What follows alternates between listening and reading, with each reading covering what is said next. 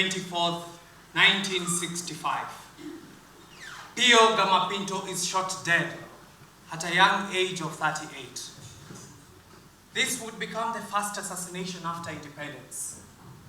The swinging 60s would continue to be a mixed bag for the young nation. It's a time where Kenya's GDP is said to have been set up at the heights of Singapore, and somehow the lights, the hopes, and the people's energy still shone bright, despite the drama and assassinations happening at the top. Now, let us take it back a few years. Before the country is declared a republic, before the Kapenguria 6 are freed from detention, and slightly after the state of emergency is lifted. I know what you might be thinking. It's another play about politics. This play is not about politics. But you see, we cannot tell a tale of anything culture shifting without just a little commentary on the political happenings. Now, matters music. The dawn of Kenya's fight for independence. It gave birth to a new genre of music, the African twist, which became the sound of Kenya's independence. It resonated with and defined the swinging 60s, setting the background for a creative society, albeit with cutthroat competition, survival tact, politics, and my all-time favorite, romance. Over time, our music, of course, has changed tremendously. But you see, the now music wouldn't have existed without the efforts and tastes of our founding fathers and sisters of the Kenyan sound. Yes, sir. I don't know what to do with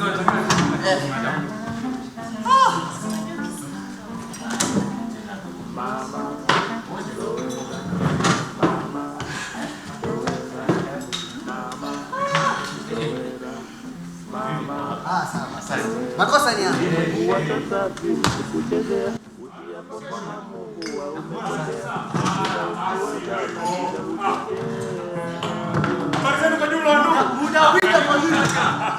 Leo nimekuja mbele yako.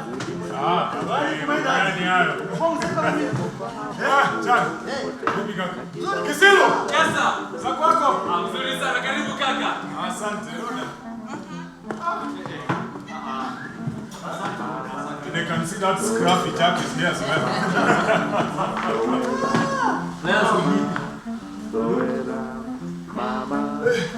So how is it? Unajua nani mfadhili? Tuko hapa tumetulia tuli. Kama maji ya mtungi. Tuko hapa tunangoja independence, uhuru, yani freedom. Na zile white collar jobs ambazo they are currently being held by the white collar. Wazungu wanasema around the corner. Around the corner. Let's say that the Mzungu has left. Yes. Okay. And those white collar jobs are now left for us. Yes. And you're actually speaking to Dr. Fadili William. A neurosurgeon at the Nairobi hospital. Yes. What's going to move on? Kwenye moyo wangu. Wewe mapenzi. Hai, lakini nasikia tu sauti za mabinti kule.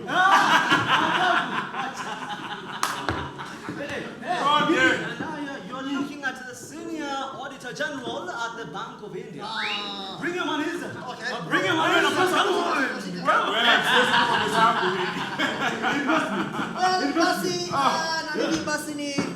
Good morning, class. Good morning, sir. Today we'll be talking about addition and subtraction. 1 plus 1? 2 plus 2 6. 2 plus 2 is 3. Roda. Going to be a long time coming, huh? You may forgive me for my sense of foreboding.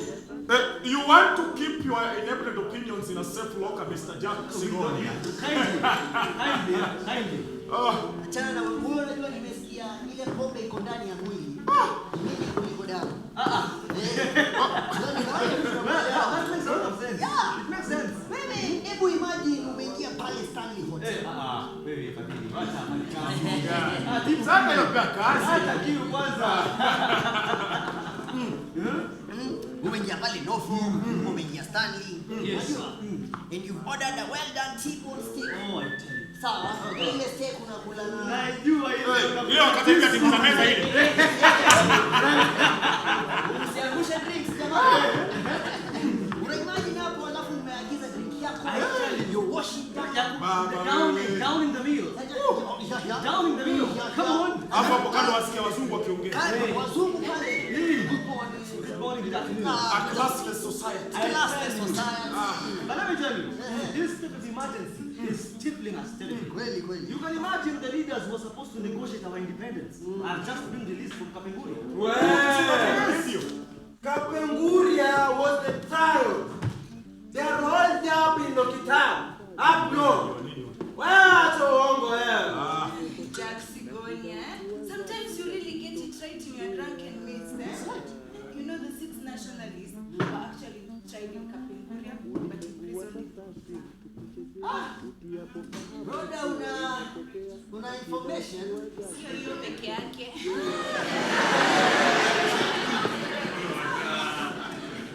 Nakubaliana. Roda. Lakini wewe, what do you think independence will mean for us as musicians? Oh, You boys are certainly destined for great things. I myself, on the other hand, hope to one day own this fine establishment. Inshallah, Rafik, inshallah. Inshallah, my friend. I was actually in India.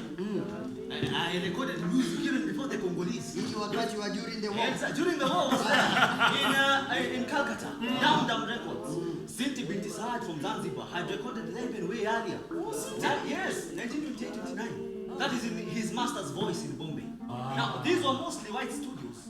But after the Indians freed themselves in 1948, there's been quite some enterprising people over there. So when we were demobilized from the war, we sailed back home knowing that maybe one day we'll be like India. Can you imagine there's a time that we wanted to be like India? Dark days.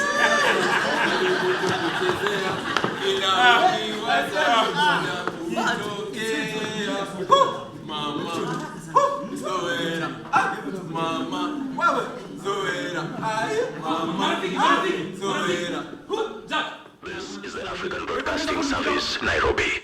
A special announcement from the Home Office has been released. Mamau detainee Jomo Kenyatta is being transferred to Lodwar to serve the rest of his 7-year sentence in restriction. In the entire duration of the restriction, he will not be allowed to meet or interact with anyone outside the restriction area, except with the written permission of the district commissioner. It also added that. Restriction. Should maybe just allow the wife then to go cook some ugali, kanyama choma. The man is a good man. For 7 years, the man will be alone in that set. In Lodwar, in that heat. Who hataweza kupika? And maybe in that special arrangement we shall get a prince. You know the guy is still strong. Ule gari anaendesha. Hawezi shindwa. Nimesikia kuna kadhaa kule ngambo. Kule. Gentlemen, let's not get ahead of ourselves. What are we really doing tomorrow? What are we doing tomorrow? Producer Peter Coleman wants us in the studio first thing. He says we've done quite a good job accompanying both Konwendwa and Edward Masengo. These Congolese from Lubumbashi. Yes.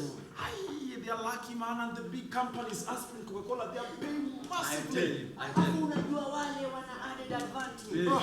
They perform in French. I tell you. Oui. Kazi J. Wowo. Pasa show J. Umesahau wewe.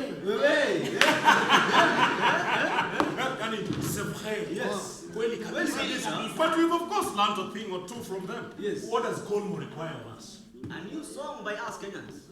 In fact, as we speak, Sir Grant Charo over here says he's been putting something up within the creative contents of his cranium. Come on. Let's hear it. Nimekuwa kwenye upishi. Na sio wa chakula. Wa maandishi. Kisino. Hebu punguza volume kidogo, eh?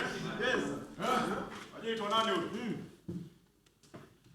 My beautiful baby. Yes.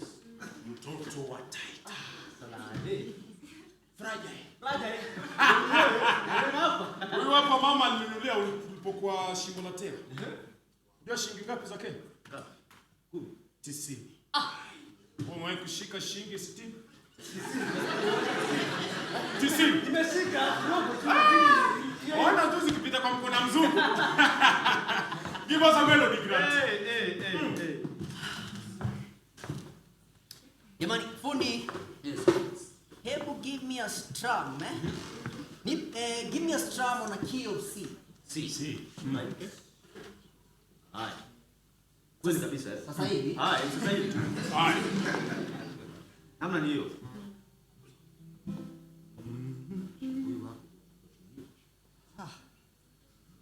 Umesikia hiyo? Jamani, I have been dreaming of a certain girl.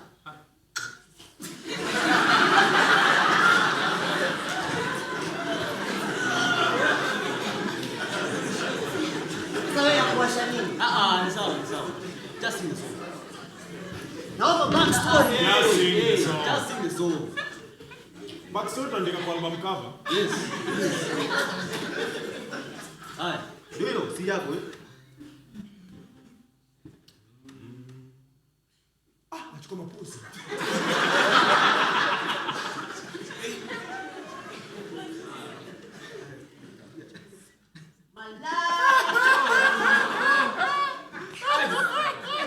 Sasa unacheka nini? Nacheka sio kwa simu wewe. Nana mwamba sisi ama wewe? Unataka sisi. Lakini hata motivation. Wewe imba. Ndio hiyo imba. Sifurahi mimi. Ndio si. Ndio hiyo.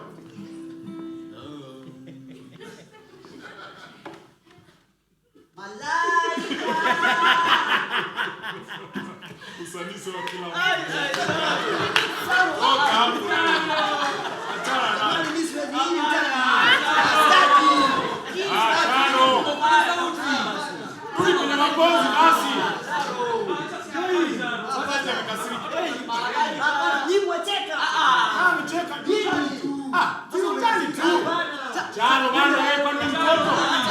Wacha mimi nikafanye 9 to 5.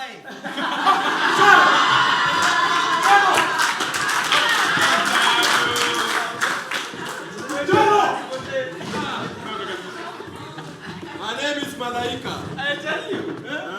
Malaika. Betaro. Adil.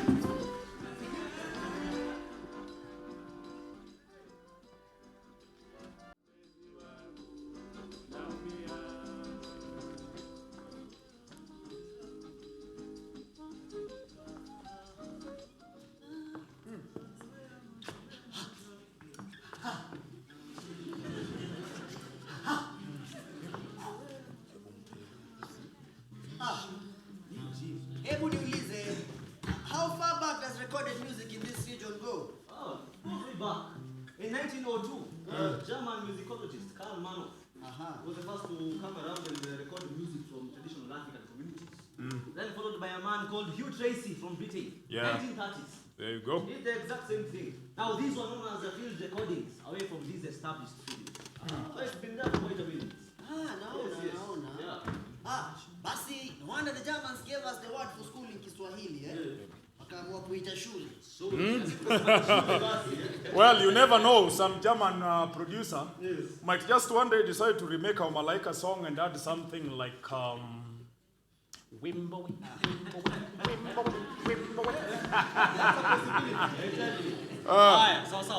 So we are going to Charo. We'll do some rehearsals so that we are safe as we get into the recording. Then please, just as we rehearse. Yes.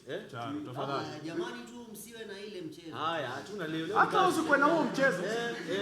Mimi sasa nimekuja kuimba na mchezo gani? Haya, sawa. Haya, sebe mpe. Nipatie Malaika. Hebu subiri. Charo. Bana nini? Haya, twende. Nataka kusikia tu Malaika nisikie kama uko sawa. Nipatie sebe. Malaika mama.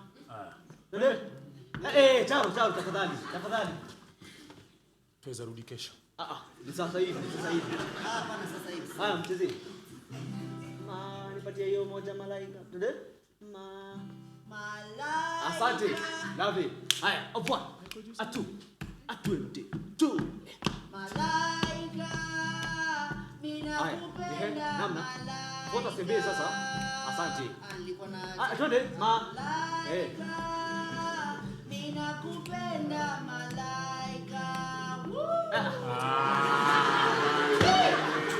Umesikiaje hiyo? Hiyo ni nini? Endelea tu.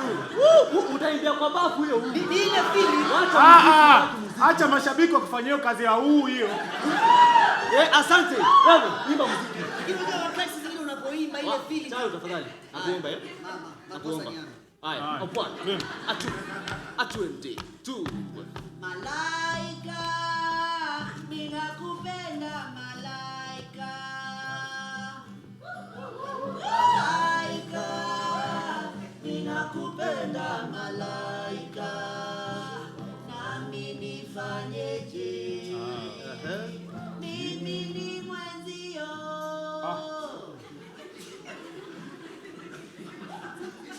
Makosa si yako, uko sawa? Makosa sio yako. Uko sawa, uko sawa. Mimi ni mwenzio. How about instead of mimi ni mwenzio, you had something like kijana mwenzio. Then he pulls the kijana mwenzio. Okay, let's try that. Try kijana mwenzio. And then you pull the kijana. Nitoe mimi ni mwenzio. Ongeze. Sasa ukishazeeka hiyo wimbo waita Kijana. Kijana. And then you pull the kijana. Kijana mwenzio. And then add the o. Then pull the kijana. Yes. Na ibaki. Baki. Haya. Malaika. One. 2. Malaika, ninakupenda malaika. Malaika, ninakupenda malaika. Nami nifanyeje? Kijana mwenzio. Nashindikana. Toa hiyo shindikana. Pale mapesa. Toa hiyo shindikana. Toa. Toa shindikana. Nashindwa. Sasa. Nashindwa na mali. Nashindwa. Yes. Nashindwa na mali. We had rehearsed this, Charlie. Amanda gogo. So kwa hivyo nitoe nashindikana. Toa. Nashindwa na mali sina we. Are we there? Nashindwa. And Charo, be wary of that pause before nashindwa. Just follow Zembe. Ufuate Zembe tafadhali. Nipatie Zembe ya 1. 2 nami. Ngoja kwa ngapi? Nami nifanyie. 1. 2. 2. Nami nifanyeje?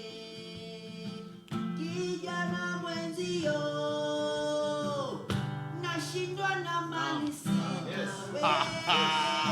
Ningekuoa malaika. Nami nifanyeje? Namna ni hiyo tu. Kijana mwenzio. Nashindwa na mali sina we. Nashindwa.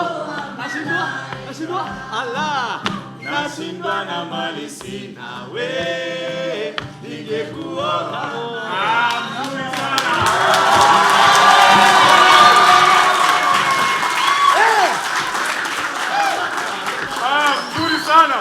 You see, if Harry Belafonte listens to this one, he might just want to walk across the Atlantic back to the land of his ancestors. Ninakwambia pale akiwaambia take me back to my roots. To my roots. Let's be quick with this. We present this disc in England tomorrow, as soon as possible.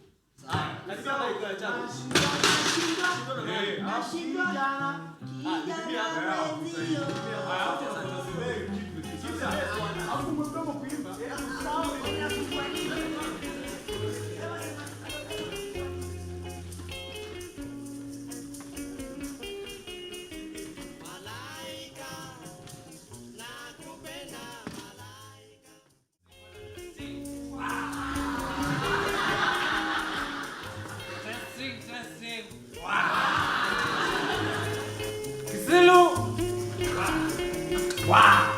They will be up very fast. Warakisha. No sit and let them not sit down. Do I know that? Send.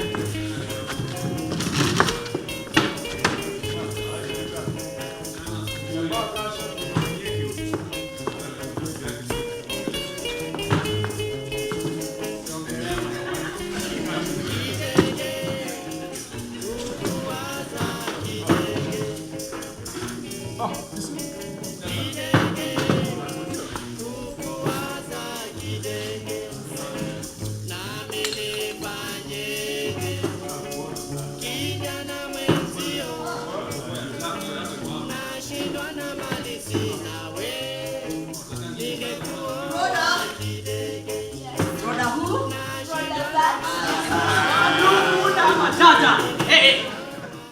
is the 22nd of January. Did you know that? Of course it's the 22nd. Why is it significant? Oh, I learned a lot in Ceylon. Oh, this must be during the war. During the war. Today, France and the Federal Republic of Germany are signing a treaty, ending decades of conflicts and hostilities, ushering in a new era of cooperation. And something tells me they'll be celebrating this for years to come. Well, we do too. This is a good thing. Yeah, now in French it's called the Élysée Treaty. In German, Élysée Vertrag. What? Yeah. And then they say that Israel is close to Germany. Oh, go. After how negotiations are at a conclusion in London, Kenya is on the path to self-determination. Addressing the East African Standard at the Voice of Kenya at Government House in Nairobi, Governor Sir Eric Griffith-Jones said that the first step in the process to semi-autonomy will be realized in a year's time before total independence is achieved. He added that a comprehensive roadmap was being deliberated. He also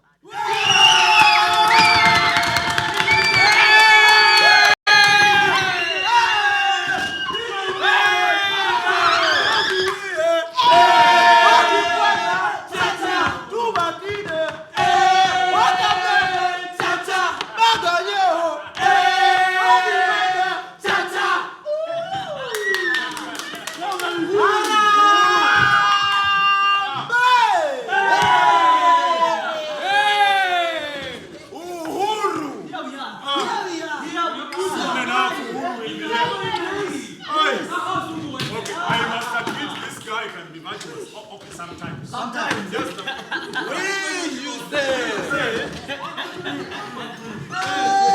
independence is yet to come. Look who is here! Hey! Tawuti kapata imuselefu! Salala! Ndugu yangu! Wewe ni mzee. Asiwezi sema.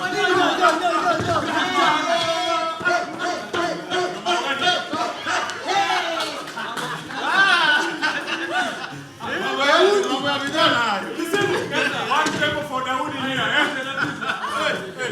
Karibu Nairobi bana. Asante ndugu yangu. You didn't say you were coming. Siwezi sema. Akizilu. Namna gani hapo? Angalau jamani.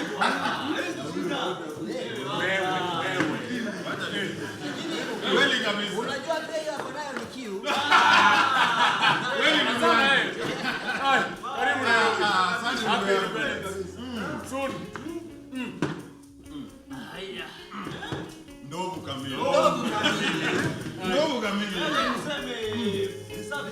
Hapa. I thought you said you were going to a country for a month. Alisema just for a good stay. Nimerudi. But you know the reserves are kind of tough. Because everybody in the reserve thinks you are this kind of king. Just because you've been to the capital. You're King David. King David. He came with My brothers. The guy. One. I went home with 150 shillings. This is all I have left. This is all I have left. You spent 150 in 1 week. 1 week. It was all gone. Walegola.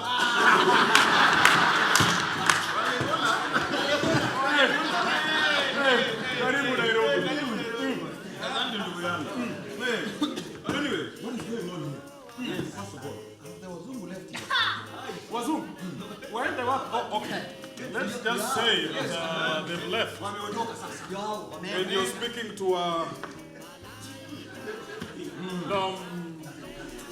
the overall boss at Kingsway Police Station. Yes. Wewe kijana. Wewe kijana. Huyo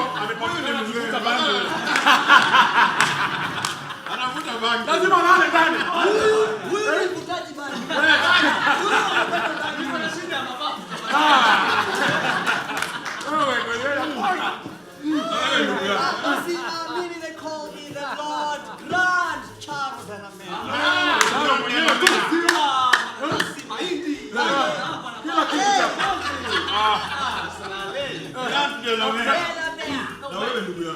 Mimi ni wenu mtukufu rais Ulikonde. Amekunganya lakini moja, mbili, tatu. Karibu sana. Well, maybe I guess I should be the governor. You say Governor King DK. Why not? Well, Only one thing is left. yes. Tutumbuize the governor. Yes. Badili hebu select malaika. Icheze 3 times up. I thought you never asked. Yes. Bwana Governor, Yes. while you were away. While I was away. We made Malaika. Casino. No. You are on record. Practically. And on radio.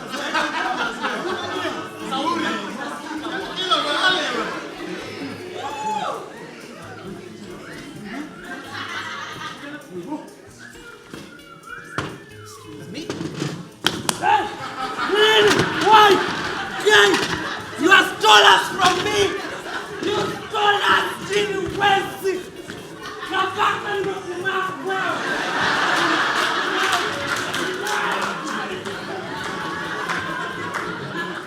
Hapa ni nyumbani.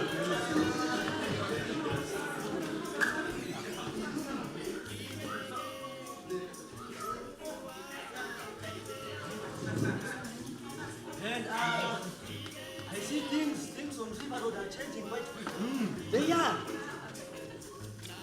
I've never seen this one. Gentlemen, are you seeing what I'm seeing? I am seeing It seems women are now getting office jobs, yeah?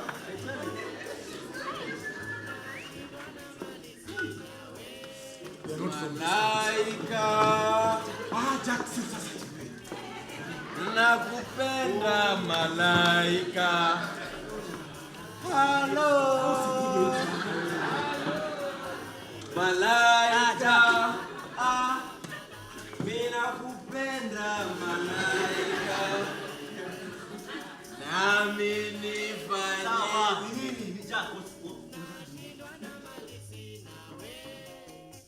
I can find out who they are for you.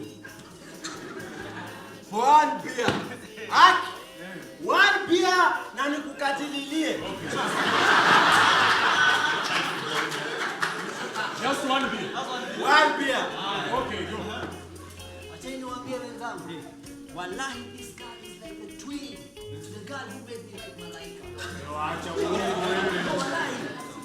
Okay! Are we together? Enough with the twins? Let's get them, right? One beer. One beer. Nice one. Yes. Watch me doing what I do best.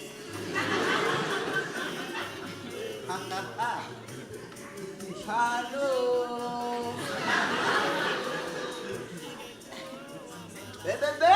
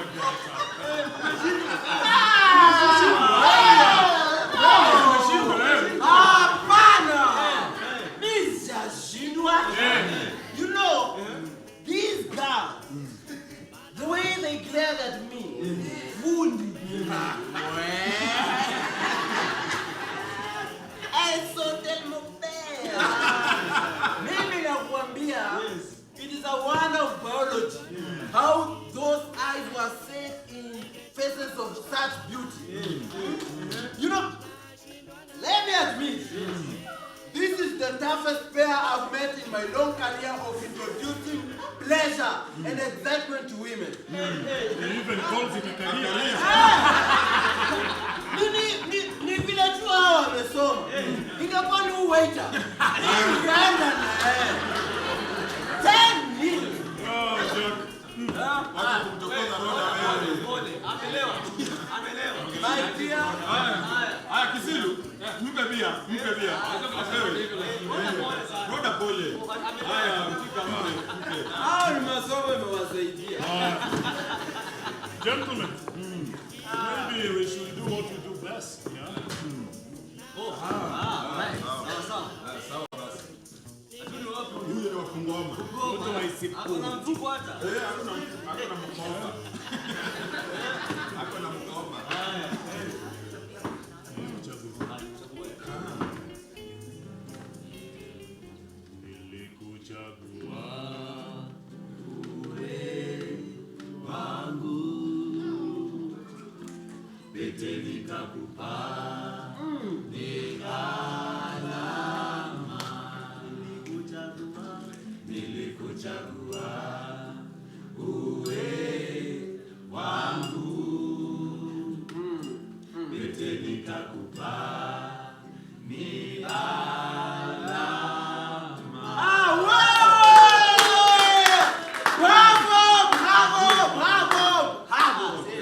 Well, that works for an introduction. Sasa we engage. Wapi? Wewe keti tu. This is for myself. Mwacha Charo wewe fika. Umeenda na kalamu? Habari zenyu kwa jumla. Naitwa Grand Charo. Kwa Mombasa. Nilipokuja Nairobi nilisomea Alliance High School.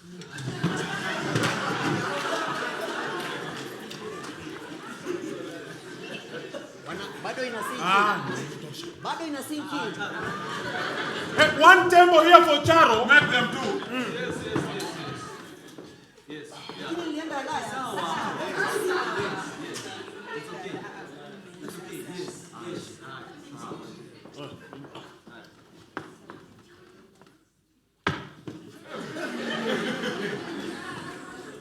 Jambo warembo. You're not from this part, are you? I'm on here, and I'm Zembi.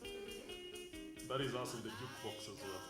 Oh yes, lovely songs. Nice meeting you. Nice meeting you too. Some pretty faces you've got. Thank you. Would you mind a drink, maybe? No, perhaps another time.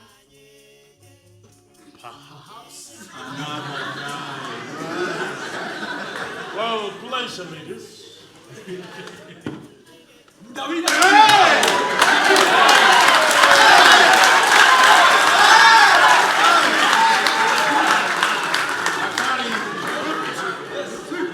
Well, gentlemen. Our moment of stardom, very brief, but I guess the term celebrity won't be invented again for another 3 decades. Huyu ameona hiyo. Unaona? Watch and learn. Alliance. Sasa wewe unajua unaweza enda kuofa mtu drink na labda amekatazwa na daktari.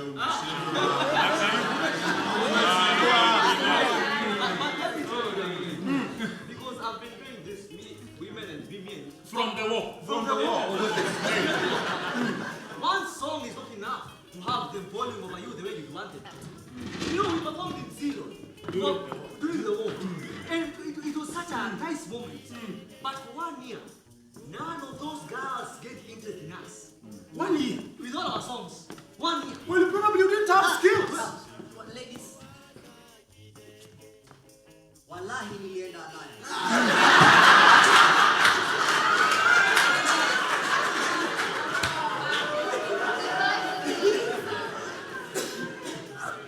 Bye for the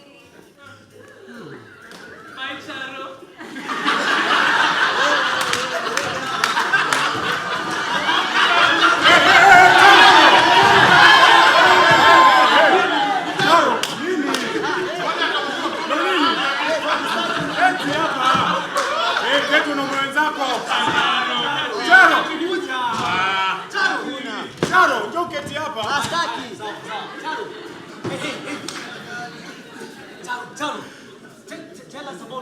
that village car. Oh, yes, Kanjo. Aitwa Kadzo. Kadzo! Tell us about Kadzo. Taka niwaambie kuhusu Kadzo? Yes! Niwaambie kuhusu Kadzo?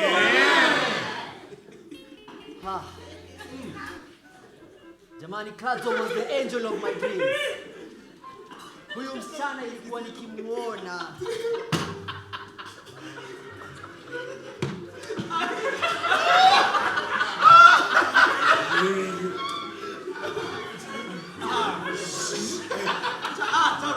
Charo endelea. Utani tu endelea. Charo utani tu. Chanini hadi motivation ya mtu mnaua kabisa. Utani tu bana.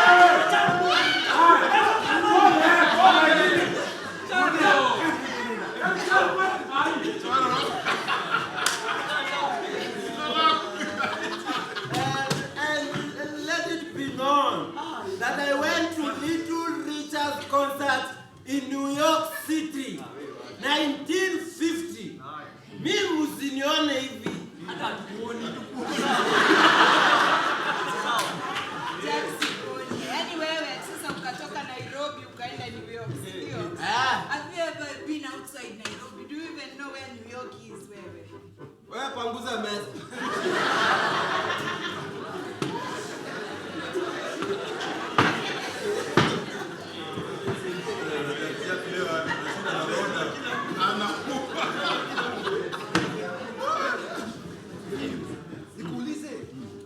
You said you know those cars? Yeah, I know those cars. You know, I was only fearing for my 150 shares. I know that. You know those whitewashed houses that were built in Jericho for middle class Africa? Yes. I hung around there sometime. In the social gap there, my brother, the Kubwa, very big. When we jamani we jokes? He has paid off. Amen. Nimwagemi vumbi na gari akienda. But Wadili, Daktari, let me ask you, where are you going to take the girls on a date? To your shauri moyo nyumba tumbako about? Well, does it hurt to just know the girls? Oh, you don't want to know them. You don't want to know them. You know, Zembi's father, Zembi, her father is a manager with the East African Railways and Harbour. And the one you are chasing, Malkia, the dad is a colonial officer. And he drives a sub 96 like Pio Gamba Pinto. Pio Gamba Pinto, brother. Padini, remind me, Baba Yako. Where does your dad come in that equation? Kabaka, did I remind you that my father was a very accomplished traditional musician? Come on. Yes. Mimi sio wa shauri moyo. Mimi ni wa pumwani. Come on. You know we boys of Kaloleni, we still rule the entire Eastland. Who cares about Eastlands when you come from Pumwani? Yes. Now, you know, I've heard this man say he went to New York to watch Little Richard. Which one? Jackson. Did he actually go to New York? This one. This one has never stepped an inch out of Nairobi. In fact, he's born and doomed to die here all his natural life. The vast knowledge that he has is from watching drive-in movies from adjacent trees without the benefit of sound. And what about his friend? His friend? Okay, there's a rumor. There's a rumor that he worked for some French couple in the 1950s as a gardener. That's why I had the couple speak and he picked up a few lines, you know. La boubou, la baba, la bebe. You know, at times, I think this guy's mind is an enterprise of sheer confusion between intellect and stupidity. Okay, maybe stupidity. Stupidity it is. But The man practically lives here. But you see, let me tell you one. This man here has a very beautiful woman. Yani mtoto mrembo Mungu. This guy right here, yes. He is homeless. Who told you we want houses? But no, marafiki. Yes. See, just keep it down. Alright, so Sam, you see, utilizing the eyes of the beer hole. What do women want? Do women want houses? Umesema lavuvu. Hapo ongezea la Auntie Fatini is telling me, Jack Sigone is a man with a woman by design. Which woman? This one. I'm wondering the same Tena msana rembo. Doesn't even have a I house. can send you guys tomorrow to see the woman under the bridge there. How did you add on this here? Under the bridge. What? Wewe ulijuaje?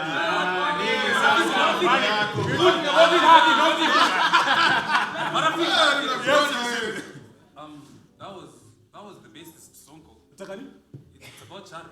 Let that coward be. Let someone who can do the name of Kenya. Let it be.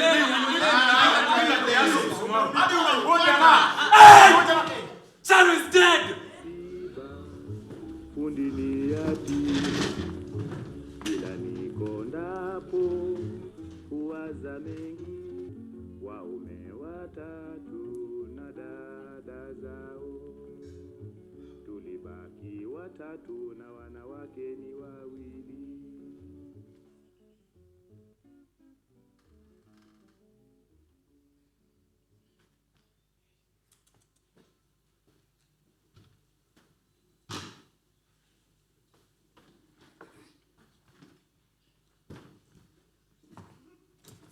Equator Sound Studio. Unafanya nini hapa? Kwa mzungu. Wewe! Ni hapa. Daudi. Yaani wewe umeleta jaka hapa? Sikujua hapo. Wewe, are you stalking us? No. Alafu angalia umelewa mchana wewe. Hivi mwenyewe unakunywa utakufa vibaya wewe na kurumia. You know, I've been warning him to stop drinking like this. Maybe one day I'll sing about him and call him Musa. Wewe pole sana wewe Musa. Wenda uko na Musa zako. Now, don't disrespect me, okay? Keep your voice down. Actually, I don't drink munyeke or changa. Sawa. I drink alcoholic beverages. Widely acceptable in 5-star hospitality of one capital. Merci d'avoir deviné. Oh, Zimidharau. Thank you for guessing. Huku ndo hapo unaniingiza.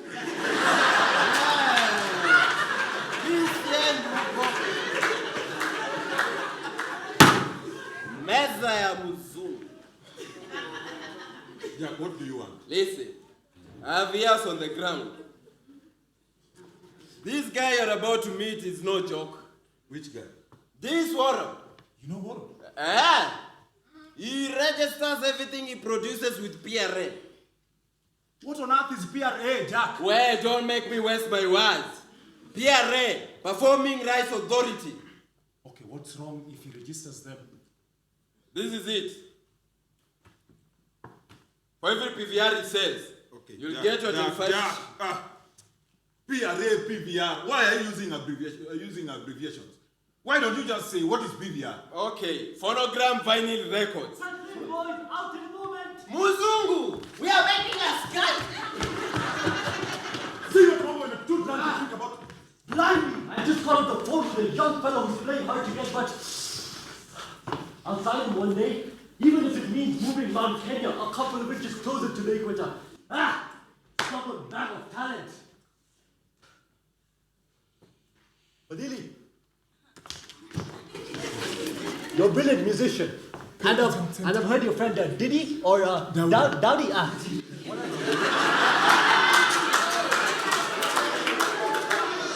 Anyway, I'd like the two of you to meet these absolutely fantastic musicians. This is Charles Sisonko. He's from Uganda. You know, with the way he plays the bass, man might as well have been born in Memphis. Come on, introduce yourselves now. What? My name is Charles Sisonko. This is my friend, National Christian from Lusaka, Zambia. Fadhili William. Daudi. So, right, boys, they're basically from Zambia. And they play with Peter Sosi. He's playing, very hot.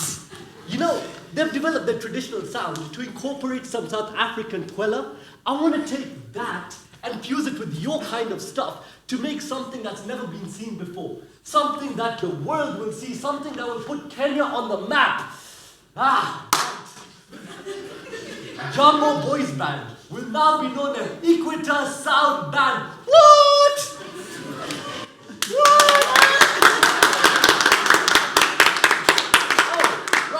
Boys, have you heard of Chubby Checker? Yes, sir. I've heard of him. He's an American. He plays a style called twist. I tried it back in Osusa. That's correct, mate. But I wasn't asking you. I was asking the Kenyan boys. No.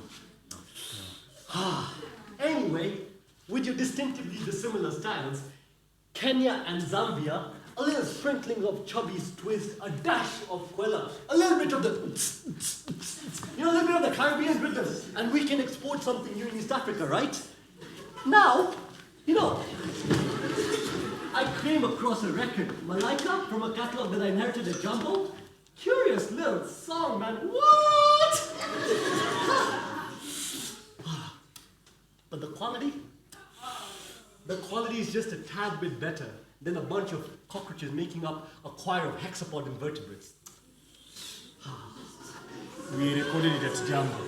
Well, I own the song now, and you boys are going to record it for me. I want to make the perfect recording. Oh yeah, by the way, who wrote it? I'd like to indicate it on the label. I did. You did? All right, so jolly good. You boys are now going to sign contracts with Equator Sound, and I'll pay each of you 25 shillings for recording. And if you boys are any good, probably I'll hike it up to a monthly salary, and who knows, if the sales are convincing, I might as well pay you royalties. Like that, hey, what a royalty. It's probably something to do with the monarchy where it comes from. Boys, any questions? Not questions. I thought so. Well, I want you boys to hit the studio. Now, Sambe and Pichin have been listening to, the Malaika song that, and Dowdy, I've heard your song. Harambe, right? Yes. You're writing it for the trial. Like you're writing the song for Uhuru when it comes, yeah? Yes. Yeah. If it ever comes. Anyway, you boys are gonna re-record Malaika and record Harambe. What? Come on, boys, hit the studio. You know Uhuru will come and then we'll hire this guy. What?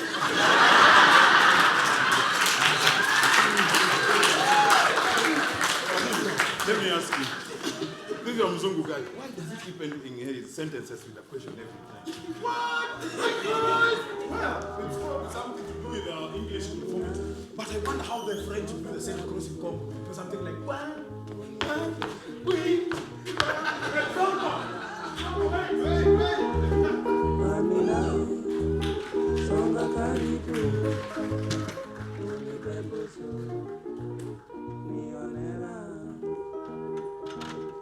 Natamani ulimi wako uwe karibu na mdomo wangu. Natamani ulimi wako uwe karibu na mdomo wangu.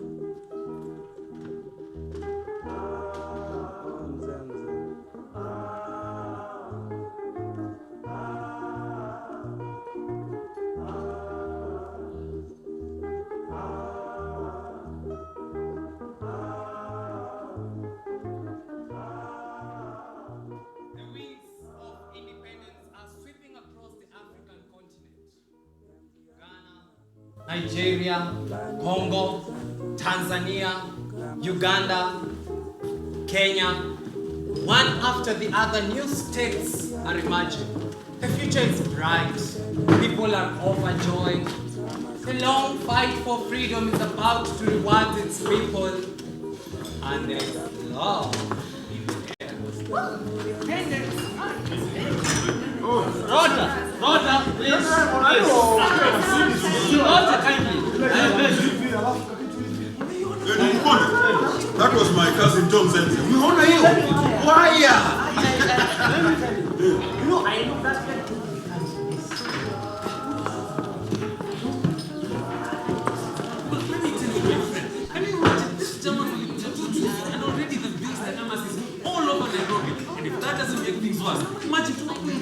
on a Mercedes, the number of the street, and 001 CT1K, my friend. You know, sometimes I wonder, we were probably colonized by the Germans, and then they leave us sent to the British. No, we really were. Allow me to speak now.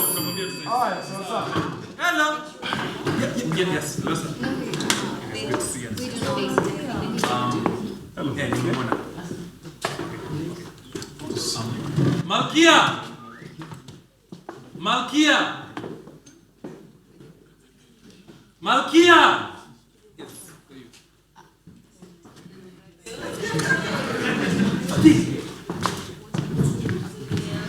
Who? Hello. What are you doing in that dingy bar? It doesn't matter. I have friends all over the city. Relax, Dad. I only came to celebrate independence. I don't want to hear of you being seen with that musician. I'm with Sandy. I have educated you, and you are going to marry the man I approve of. Unasikia? Relax, Dad. I'll see you tomorrow. No, hello. Happy Independence, guys. Happy Independence!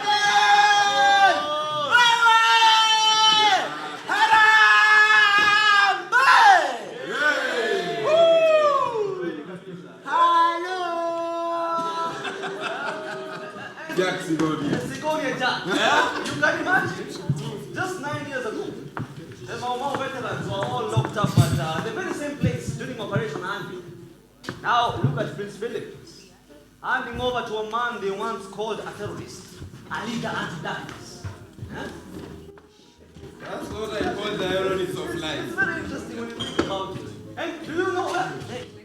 Hey, come on. Hey, Fadili.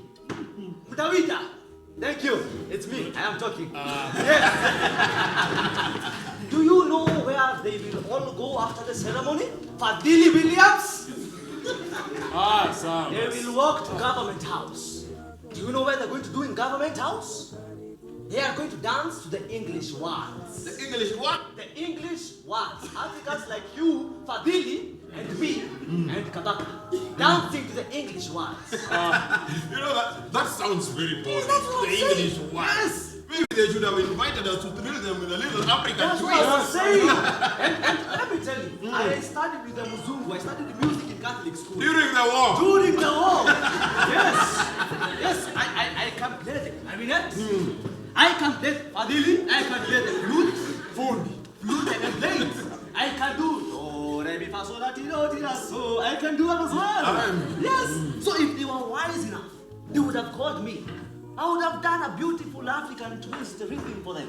I can do many things. Come on, what do you mean? Sometimes you have to see to believe, right? Yes. Rhoda, my darling. Come on. Now, ladies and gentlemen, this is the foxtrot. Taratibu. Fundi taratibu. Fundi. Hey, fundi. Haya.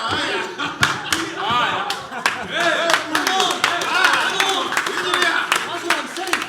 Yes. Fundi konde mwenyewe. Can you do that? I can't. That's what I'm saying. I can't. You cannot. Yes. Speaking of these Muzungu dances, yes. Do you know that Daudi Kabaka here, together with his cousin John Zenze, worked at the Stanley, the one on our Handing Street. Wow. But I think it's some we celebrated our heroes. Kenyatta should rename that street to Kimani. I mean, it's independence. Who cares about other handage after all? It's gone. And you know, my cousin Zenze was telling me that one time he had a stint at the Norfolk. I think in 1958. 1958! You know, that's the year that this guy called Thomas Cornwall. Hey, Thomas Chomley. That guy, Thomas Uyo. This guy was in the terrain named after Delamere. And he had just married this luscious socialite called Diana Deft Broughton. And this woman had wrecked a few homes here in Nairobi. You know, I really believe that your cousin John Zeze would have liked to play something for Thomas. Something African. You know, some African twist. But you know, in those days, Africans were not allowed to look at the legs. The knees. Oh no. The thigh. The belly. And even the eyes of Wazungu. Yes. It was an offense. Yes. Unaangalia, unapigwa. Wanakuwa. John Zenze, I've heard of him. He's one of the foremost players of twist. How would he define it? My cousin says that the African twist has got fundamental differences from its American ancestor. He says that they were inspired by Chubby Check, but they draw a lot from our own African musical resonance. Yes. Umesikia hiyo resonance. But he says they draw it from a traditional call and refrain arrangement. Yes, in fact, brother, that is very well put. And essentially, we Africans play our twist deliberately, just a little bit offbeat. Now, let's call it syncopation. Syncopation! Yes. Whatever that is. Yes. I wouldn't care so much about the rhythms, the melodies, the harmonies. It's just great. Thank you. Well then, let the party begin. Happy Independence! Happy Independence! Happy Independence!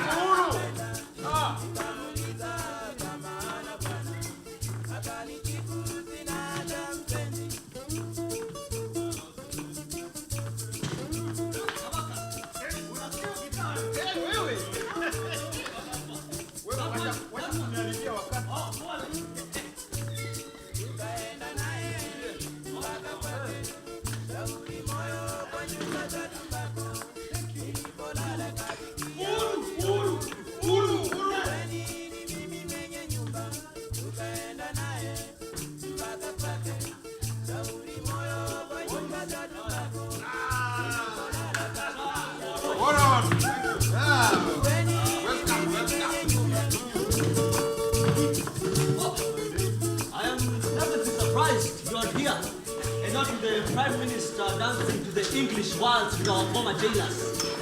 Unaona, mimi nimekaa Kabul. Impressive. But be very well, you know the British's ignorance to African culture might just have the French overtake you very quickly. You didn't see it coming, but I've seen it, and I've told you. So listen, because Hundi knows. Hundi knows. Yeah? Hundi the warrior. Thank you. This thing, yes, but you see, the French established a cultural center in Nairobi in 1949, while the British were still sleeping. They're celebrating a solid 14, and maybe in a few, they'll celebrate a solid 75. Well then. All said and done. Are you boys ready for the show? Born ready. Born ready, sir. Well then, it is showtime. Happy Independence! Happy Independence! Oh, wow.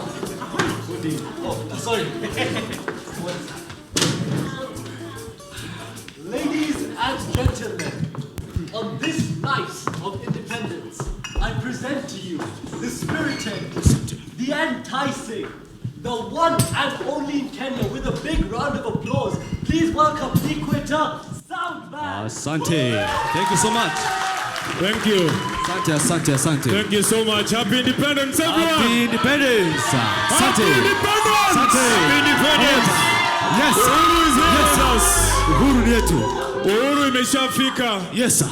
And well, I know Uhuru is for everyone. It is for everyone. But Fundi, allow me to dedicate this one to the beautiful ladies in the house. Daktari, unaponya moyo wako. Ladies and gentlemen, let's hear it from Malaika.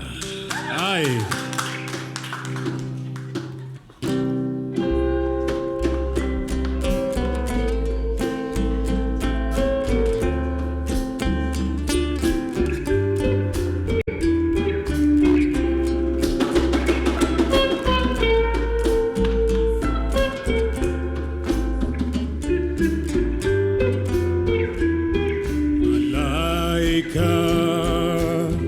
Ninakupenda malaika,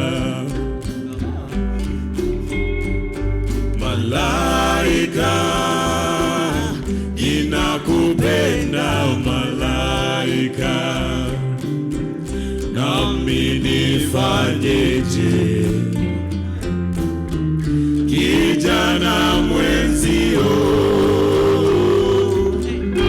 nashindwa na mali sina, we ningekuoa malaika. Come on. Nashindwa na mali sina, we ningekuoa malaika.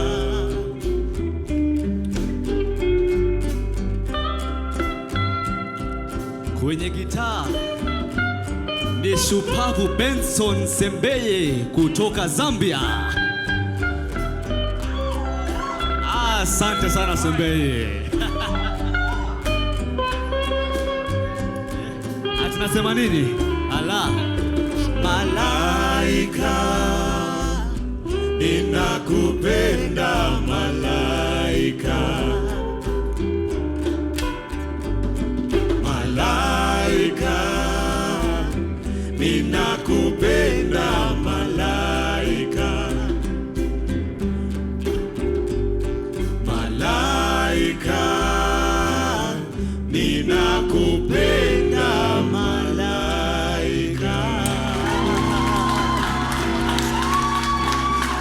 Thank you so much. Thank you, asante. Happy Independence, ladies. Oh, Uhuru is for everyone, but a happy one to you. Senior.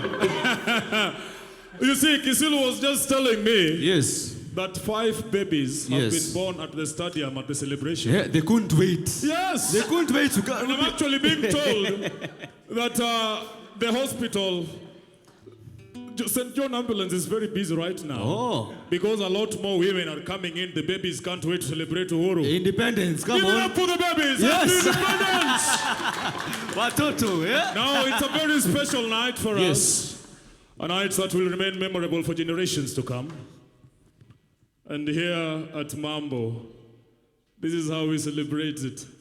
You know, maybe at the White House, but they may celebrate it to the English world. English waltz. But here at Mambo, Club, tunapiga ka twist. Twist bila jasho. Aya. These are nights that will remain memorable for generations to come. Yes. Let's all join in for our next song. Harambe, harambe. Twende basi. Aya, wakati umefika basi wa kukatika zako twisti. Yani twisti bila jasho, yani twisti bila kuhema, yani twisti ibaki twisti. Fadhili, naambia namna gani bwana? Sema basi.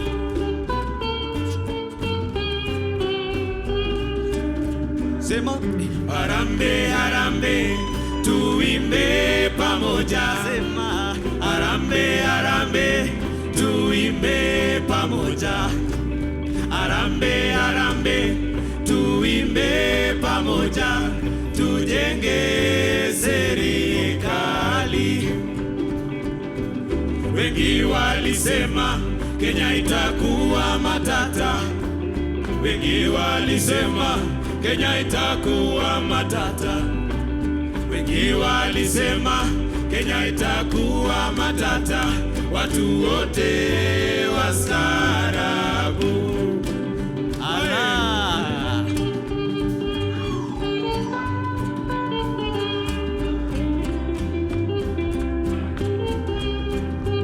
Kweli kabisa.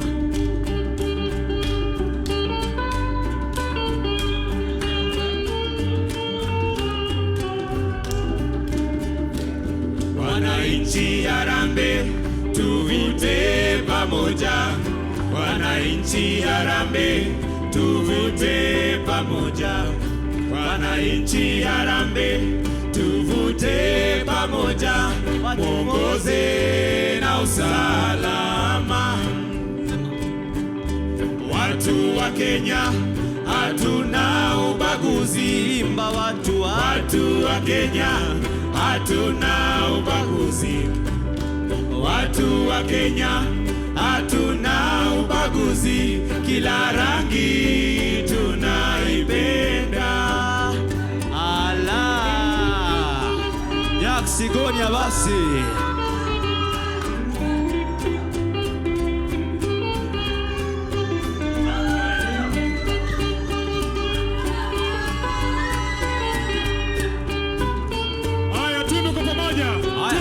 Makofi twende. Allah. Arambe, arambe, tuimbe pamoja. Imba basi. Arambe, arambe, tuimbe pamoja. Arambe, arambe, tuimbe pamoja. Tujenge serikali. Asante. Thank you so much. Asante, asante. Happy Independence! Happy Independence Mambo Club!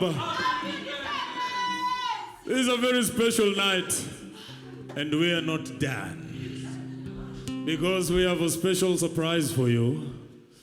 She worked at the Africa Broadcasting Service before it became VOK Nairobi. Yes. And together with my good friend here, Fundi Konde, actually. She would become the first Kenyan woman to ever record music. Come on, wivu ya nini? Piga makofi wewe. And she'll be moving to Kinshasa, Congo, together with fantastic pipe player Ben Nicholas, whom together they formed a band called the City Five. The City Five. Ladies and gentlemen, give it up for my sister, my gorgeous sister. Yes, sir. Esther John. Esther John, karibu sana. Makofi. Thank you.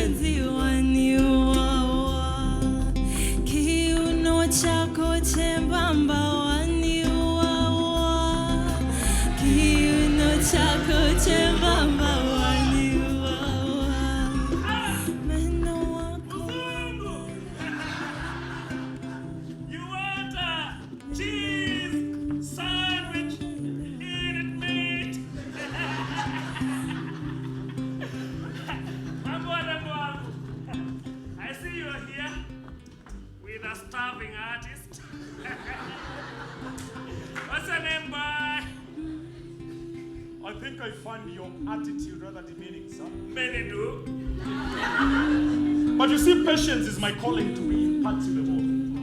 My name is Fadili William without an S from Equator Sound. Equator! That makes you feel like you're top of Mount Kenya, eh? Well, I am Amazon Major. How can I describe myself, you ask? Well, I am a businessman, and yes, I'm connected in the new government. Misuli, raundi mbili kila meza. Mzungu atajilipia.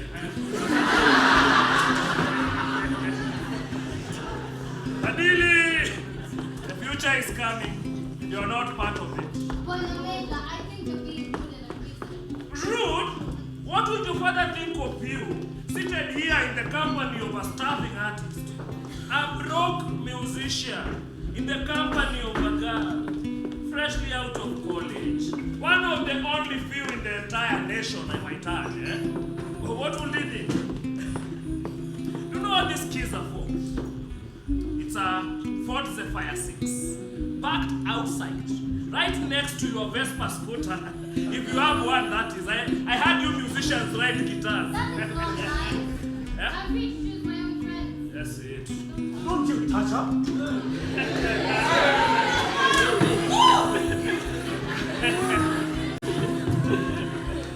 Do we have a problem, Fadili, without an S? I have protection. You know, you remind me of one of your scarecrow friends who tried to take me on. They sing you around. Equator. Zulu! Cheese!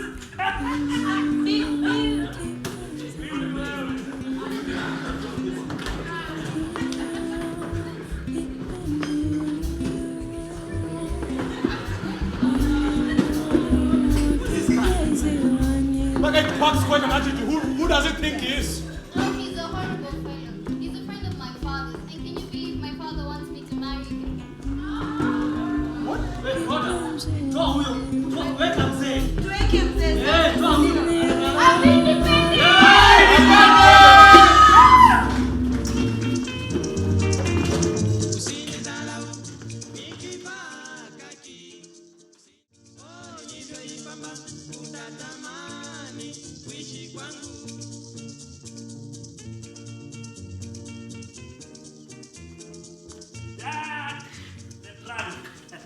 Umelewa tena, si ndio?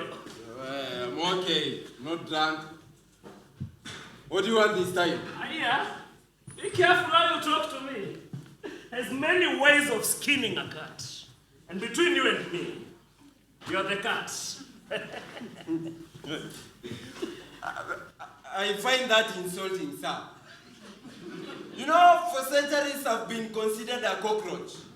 And this is the first time I've reincarnated as a human being. No, nachongoa my intelligence. Me spend evil. I don't have time for your disillusioned semantics, Jack. I just want that musician fixed. Who? Malaika. Huh?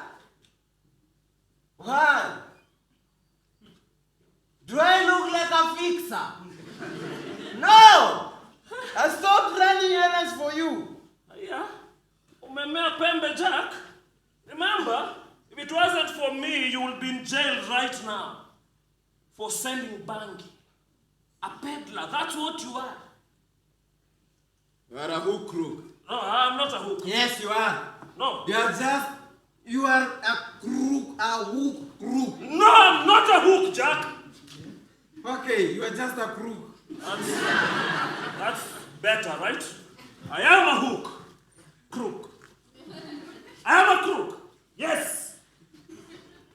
So what do you want me to do?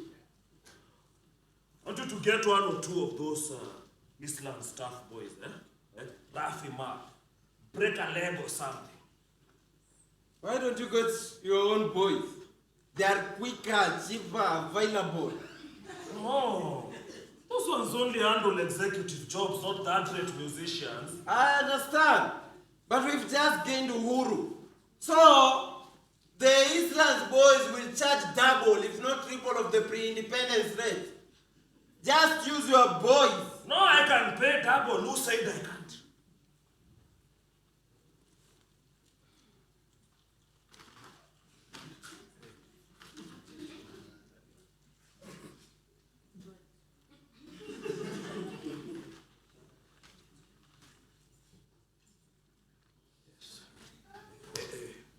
Remember to stress, You only want a small dent for now.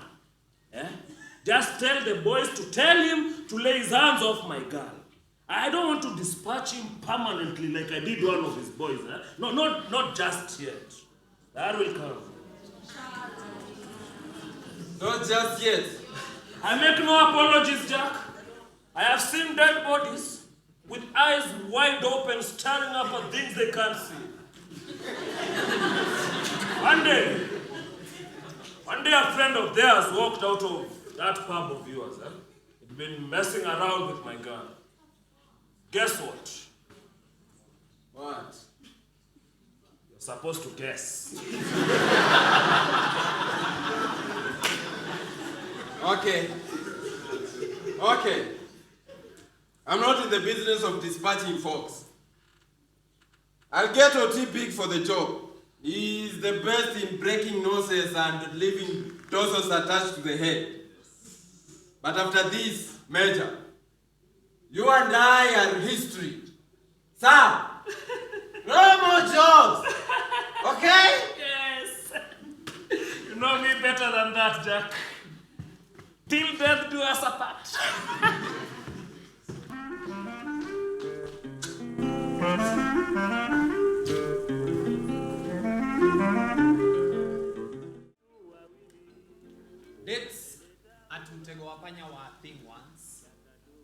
this was a maze at the Nairobi City Park, which was well known for its magnificent flora. All thanks to Peter Greenman and his green thumb. You see, the place was so popular and world-renowned that even the Queen of England paid a visit in the late 50s. Unbeknownst to the lovers of nature who frequented the spot, Joseph Murombi, the second Vice President of Kenya, and his dearest friend, Pio Gamapinto, never knew that they would soon rest next to each other. Anyway, where were we? Yes. Attraction. It is a term that precedes most relationships. A chemical reaction must occur between a young man and a young woman. The two of them are reactants. In some cases, when two people are exposed to each other, they find the company somewhat repulsive. In others, just the first sight will send light up the cells of the inner self. It is natural human attraction psychology. And for Malkia and Fadil, such was theirs.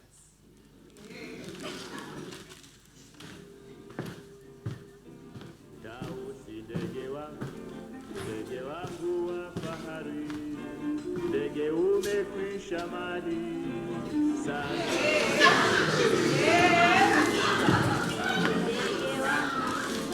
Ndege wangu wa fahari, ndege umekwisha mali, sasa wataka wameleta uramali. A little Swiss hospitality. I brought you some chocolate, very smooth and luscious. Here you go. Thank you. It's called Caille. I don't know if I'm pronouncing that right, but it was sort of invented by Francois Louis Caille. And has been around since 1819. But that doesn't take away its saccharine composition, you see. Nice. The chocolate or I? You go beyond being a musician. Well, we do meet different folks and learn a thing or two about the world beyond. And the best ever person that I've met is you, Malkia.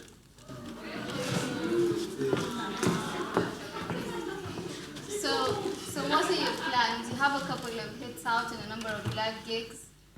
Yes, we do have a couple of good shows, live on Voice of Kenya, Starlight Club, the one owned by that Clubber Armstrong. Oh, I know him. He's a friend of my father's. Oh, and we also have several in Eastlands. Actually, one of our producer wants even more visibility and is planning a very big concert soon. That sounds great. So your dad wants you to marry a rich guy like Major? Well, the thing about my father is he's a traditionalist. He believes in his daughter marrying a man of the same social status as him. You and me, together, we'll just cultivate frowns all around.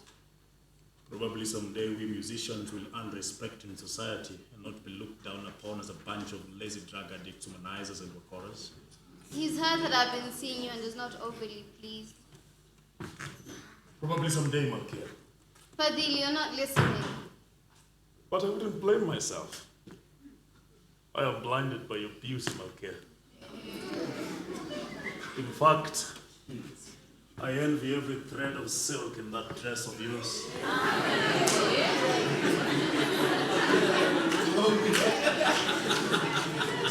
As it clings so dearly on your skin. We have to break it off, Fadil. What? That major guy, he's vengefully and bursting with envy. I'm afraid he may cause you harm. It's happened before. Do you have feelings for him? No! No, when my dad introduced me to him about a year ago, he put on a sweet charm. He's a master actor. Out of my dad's face, he turns into an ogre. He's a true personification of human counterfeit.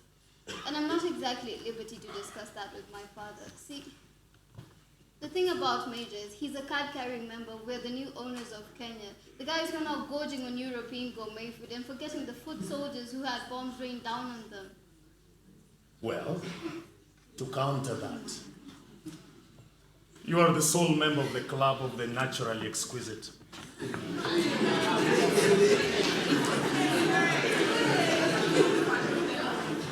If I had money, I would marry you right away, Malkia.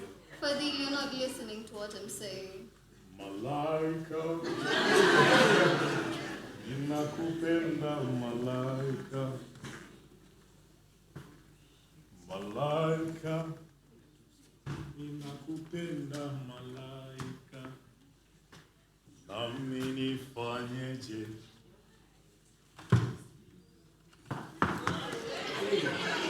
Kijana mwenzio, nashindwa na mali sina wewe, ningekuoa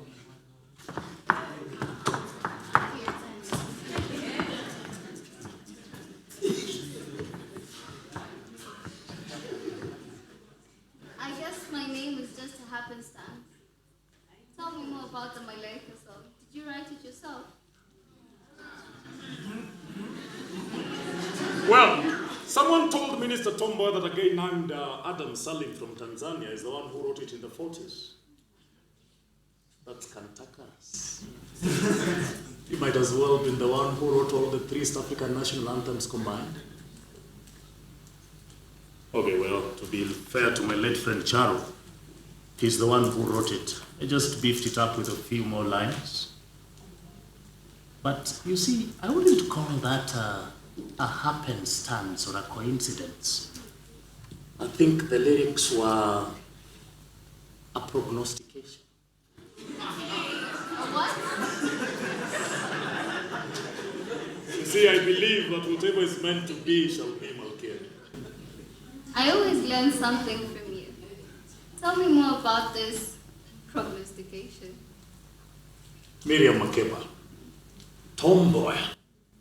Tomboy taught Miriam Makeba the Malaika lyrics to perform quickly backstage on Independence Night. She later made a recording in America attributing the song's origin to Tanzania thanks to a guy named Adam Salim and Tomboy. So Chara never got his chance to shine?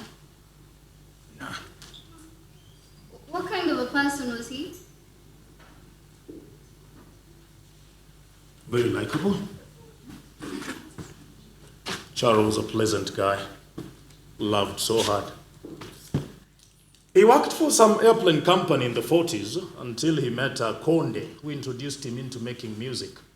A talent that he possessed, but he didn't quite know back then. You see, he was a 9-to-5 guy. The airplane company paid him well, so he bought a car. An Austin Martin or a Volkswagen. I don't seem to know the difference between these things except for the police Bedford truck. Okay, one night as Charo was traveling back home to show off his new acquisition to folks back home at the coast, the truck crashed into him. And his little car burst into flames, and that was it for him. That is so sad. I'm sure he would have been big in music right now had he lived. Very big. Fadili, sing one song for me. Eh?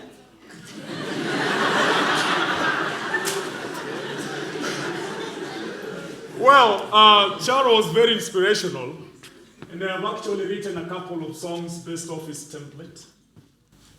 And here's one from the depths of my heart to the honor of my heart. Ewe wangu, mbona wanisumbua?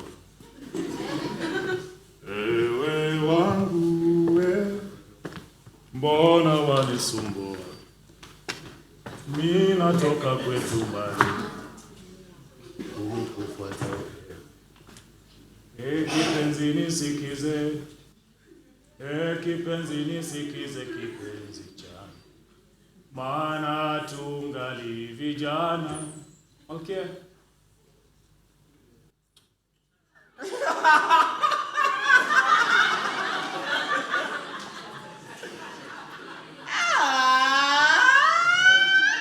Come on. Nice. Kijana hatari. Yeah? I guess this is why they call you Dr. Fadhili William. Naona independence haikupeleki mbaya. Vous profitez vraiment de la dépendance. Anyway, how is independence treating your music? Has Kenyatta called you and your friends to dance for him and his court? No. At his age, he prefers Nyakinyua traditional dances. But as a matter of fact, the Minister of Justice and Constitutional Affairs, Tom Mboya, invited us to perform with him at Kaloleni Social Hall. Tom Mboya? Yes. The MP for Nairobi Central Constituency. He even joined us on stage playing the maracas. Wewe? Hey, wow! That's a great achievement. To your disbelief, Jack. You know, I really believe that Uhuru is for everyone. But I totally doubt its inclusivity. The future is here, Jack. You can either choose to live in it or in its past. Ah, Fadhili. There is no future. Okay. You are sort of my brother from another mother. And everyone covers for a brother, right? Quintessentially, at your funeral, I'll volunteer to be your next of kin. Where?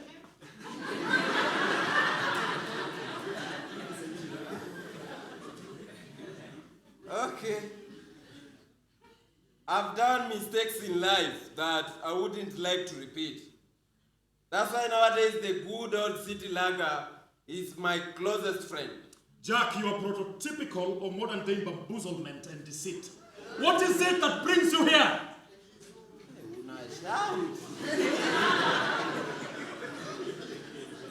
Okay.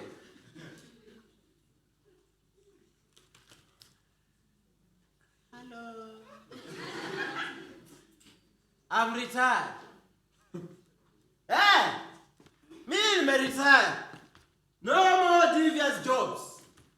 Personally, I don't like you that much. Neither do I, Jack.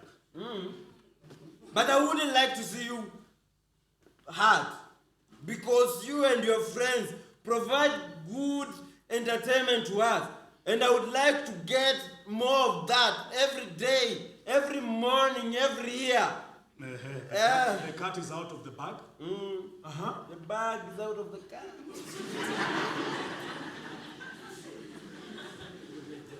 You know Major, right? I know Major. Who can know? This guy gained a dubious distinction of being a collaborator for Colonial Special Branch. And he has now run quickly to make friends with members of new government, including Malkia's father. And so what, Jack? He wants to marry Malkia. He wants to marry Malkia. I know that already, Jack! Okay. He wants to marry her as his third wife. Unastuka?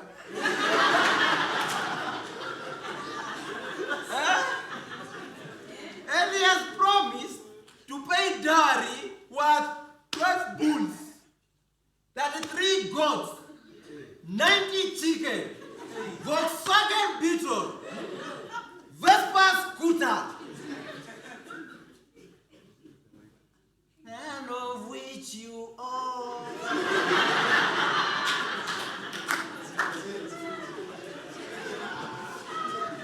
And he thinks you're the one confusing her with your songs and guitar.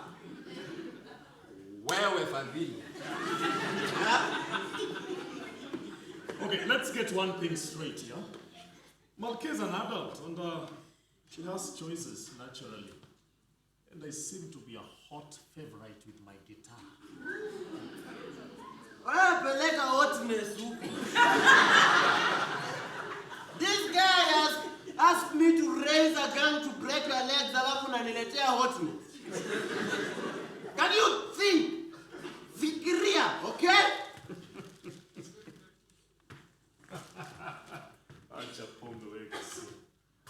Fadil! Well, Fadil, I'm serious. What? I want to kill 2 stones with 1 bird. You want to kill 2 birds with 1 stone, Jack? Yeah. And it will cost you a couple of city lager. I want to save your silly long limbs and earn some cash from Major. Okay? City lager. Ah. Okay, yeah. But know that the contract is out and I've received 300 shillings as down payment. When? It is just waiting for execution. Okay, Jack. Why would I trust a conniving, stinking little rattlesnake like you? What?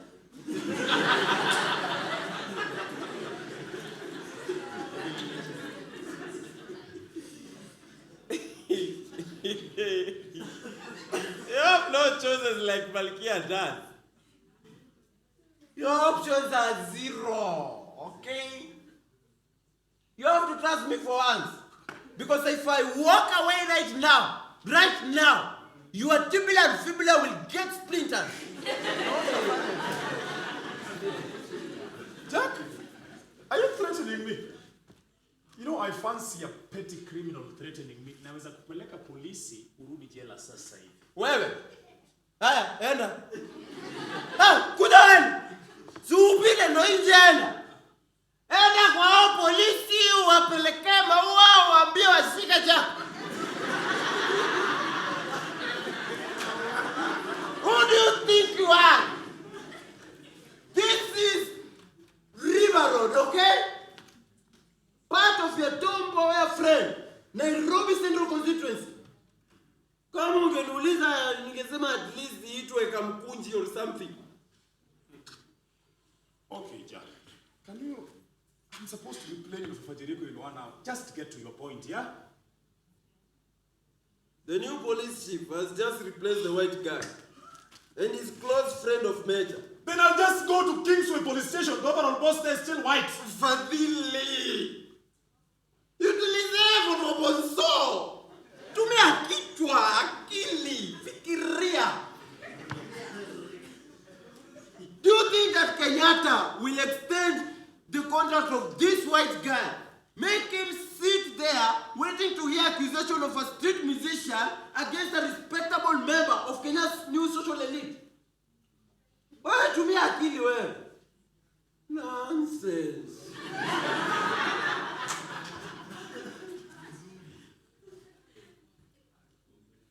You depress me. Well, Fadili.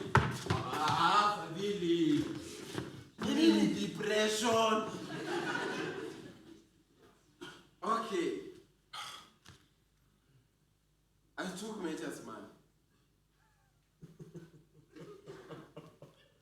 Yeah. Yeah, but I don't want to deliver. I'm tired of fighting people, okay? And I know if I don't do that, he will come after me. Of course he'll come after you. Yeah. That's why.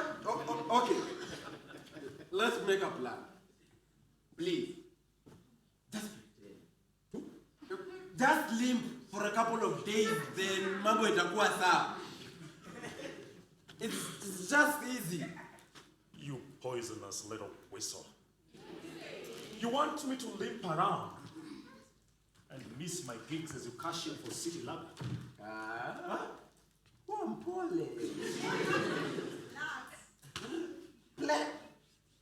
Pressure nini?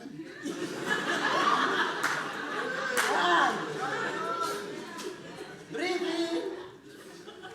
Out. Look here. Come. We shall both benefit. Ukiangalia vizuri. Because I know you desire Malkia, right? And I don't blame you because it's quite a dish. So, imagine yourself with all that beauty, without the rivalry of a powerful pot-bellied mobster, or even the hostility of a father towards a love-struck third-rate guitar player. Did you call me?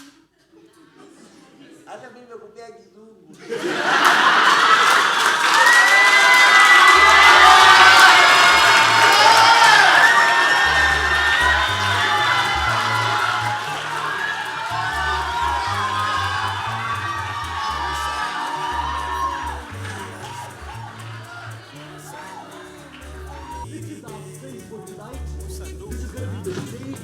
Our audience is going to be seated right there, as you can see, in the monitor over there. The three in the center, they seated on the left, the guitar on the right, the person on the back. Are there any questions, boys? Speakers, oh yeah, so speakers are going to be placed on the left, and everything's going to be directed that way. Any questions? Percussion at the back. Any other questions?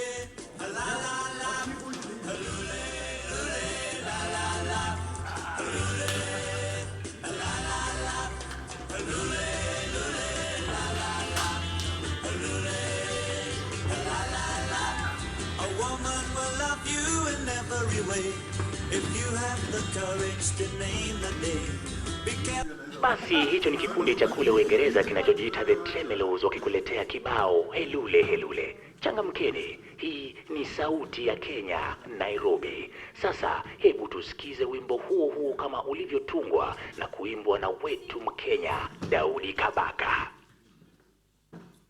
Helule helule ya baba. Helule yolanga itanga. No, they are making money out of it. They didn't get the right ones right, they just went. Helule helule la la la. La la la. But one thing I'm sure is that tomorrow we'll follow it up. And you will get rich, my friend. I hope so. Yes. I just hope I get You I need to buy a car, please. And at least it has gone international. They're the second Kenyan song after Malaika. I know, right? Like we're practically taking over the world. Speaking of taking over the world, I hear the Equator brothers, Party and Rocky, they are going to Switzerland.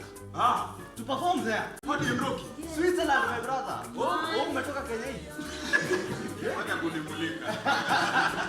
Let me tell you, those boys performed a full house song. Back when he was in Nairobi a couple of years back. Yes, that time they were called the Butter Boys Shoes Band. They're the ones who made that beautiful guitar routine called the African The African Sunset. I know that. Let me tell you, whatever they're getting, let them have it. Because they deserve it, those guys. Yes. You know, besides being the capital city of ICRC, yes. What does that tiny country, Switzerland, do they have to offer? Nothing else. Umesema capital city. Tunasema headquarters. Headquarters. Headquarters. Yes, ICRC. Headquarters, whatever. It's headquartered in Geneva. That's all we know. That's all we know. Yes. But you know, I have only heard of the city of, is it Lugay? Lugay. Or Lugano? I don't know. But I have only heard of it because it's a Louis amongst Lugano. Lugano. You see, the Swiss are also known for precise banking, precision watches, and very precious blondies. They're also known for very great chocolate. There's one called Cayenne. Yeah, and not to mention that Osusa cuisine that we read about last night, sister. I remember. Yeah, I would have been surprised actually if one day they set up a culinary college in Nairobi and simply just called it tourism, as in like Italy college.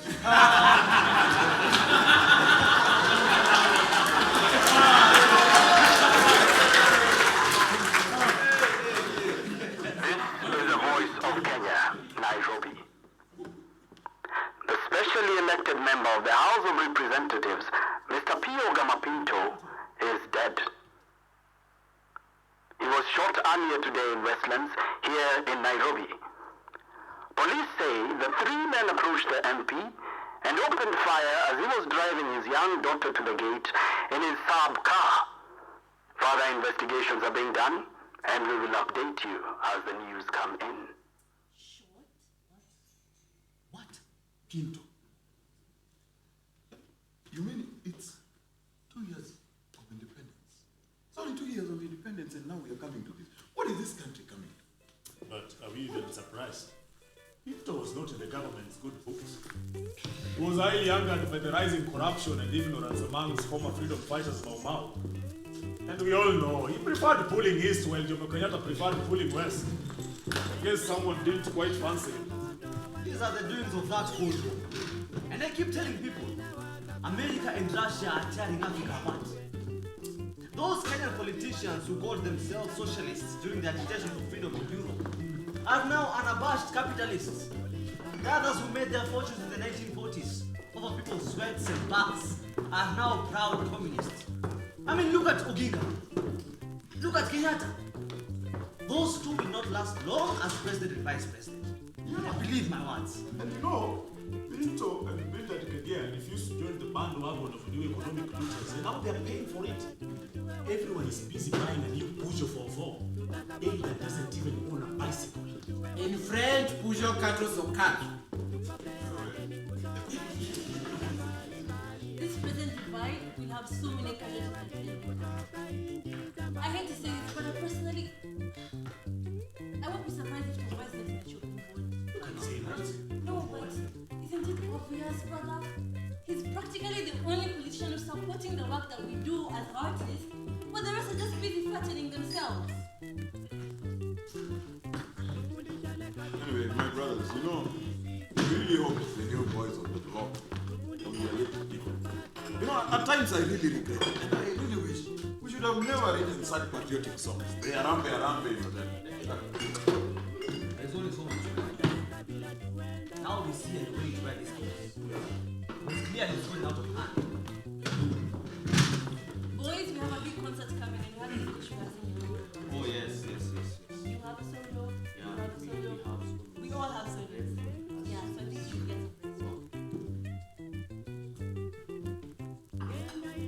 Now. Yes, now. It's a best. Go ahead, Rini.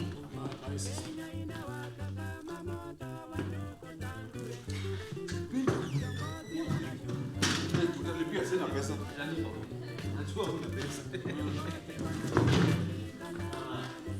Wait, bwana. Wacha mimi niende. They might come after me as well. Kabaka, wacha chupa bana. Nawachanga kila siku ndugu yangu, hasira ni ya nini? Wachana na hiyo mambo. Kwanza wacha leo niende na chupa.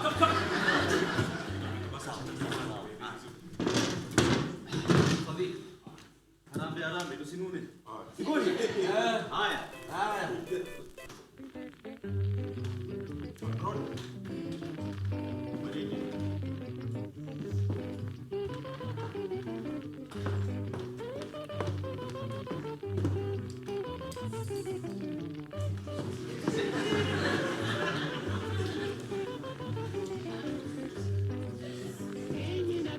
I had big dreams when I was growing up. In Majengo. I thought I was bright compared to those fellows streaming into the city in search of menial jobs. No? I wanted to be a big star, like John Wayne in that film they made last year. Hatari. That was the title. So after working for these expatriate teachers, Monsieur and Madame Babier, and learning French, everything I wanted was in. But later these teachers left and things started going south for me. Nikaanza kuuza bangi, kapoteza kazi. That's how I met Major, then Major hooked me into running more jobs for him. But I'm done. What? Okay. I found out his dirty, murky, filthy, vicious side. You know, I might have broken the law. I don't deny it. Maybe once or twice, but I don't hurt people. Major harms people. And he wants to punish you because of that girl called Malikia. That won't happen in my retirement.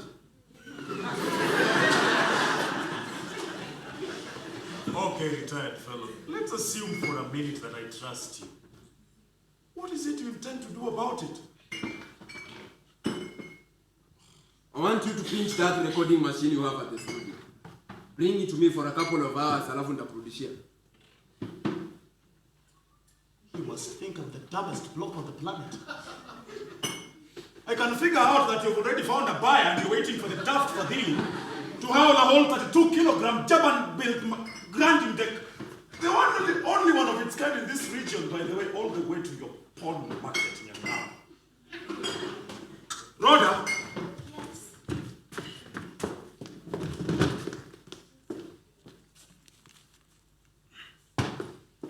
You want Warren to hang me at committee, eh?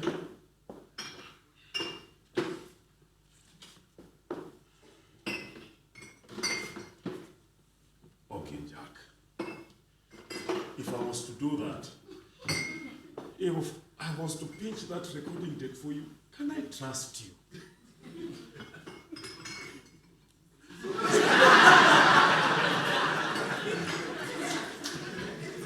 Do you know what you're doing?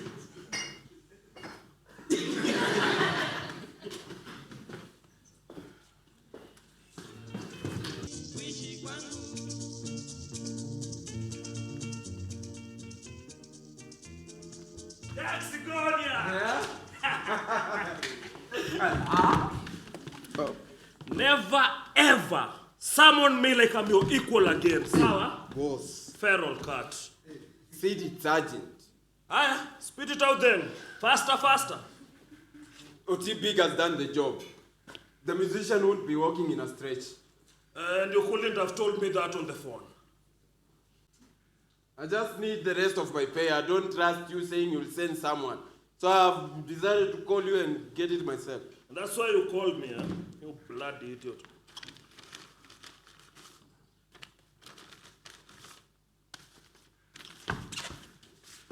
Boss. Sorry.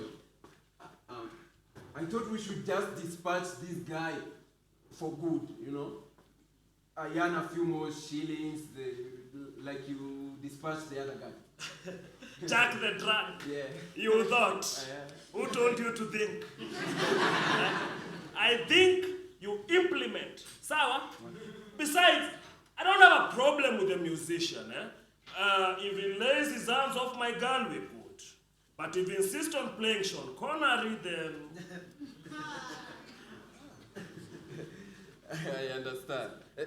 By the way, who is this guy that you dispatched, you know? It looks like he really pissed you off. Just another third-rate musician. He'd been messing around with my girl. So, I waited for him outside. John Doe, that was his name. He was called before my Ford Zephyr 6 tires were done with him. There's a lesson in there for you, Jack. You don't mess with Amazon Major. No! Yes. No one messes with Amazon Major! Yes. You earn your turn! Yes. And you're spitting on my face.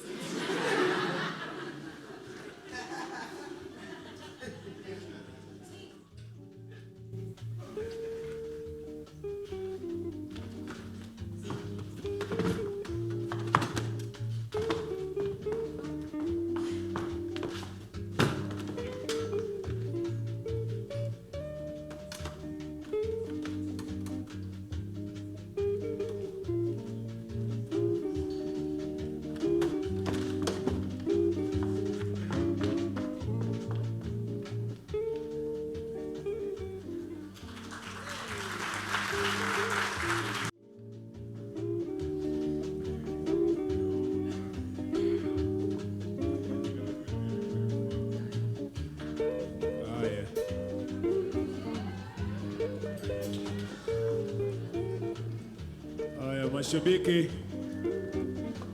marafiki na wangwana wote, mnakumbushwa kwamba mnapoendelea kujiburudisha 50 million times a day on your way home, while you're at home, anywhere you are, there's nothing like a Coke. A cold Coke. Coca-Cola. Drink Coca-Cola. Coca-Cola. Yeah. Na ukikunywa Coca-Cola yako baridi, kisha kichwa kipate kukuuma. Usiogope manake kuna Aspro. Unachukua zako tembe 3. Tembe 2? 2 tu? 2 kwa magonjwa 20. Salala. So don't forget to buy yourself your Aspro. Kabisa. Tunashukuru sana washiriki wetu Coca-Cola. Yes. Na Aspro ambao wamekuwa nasi siku ya leo. Yep. Asanteni sana now. Thank you. We'll be moving to our next number. Fundi. Kwa tayari? Twende basi. Twende kabisa. Tupatie.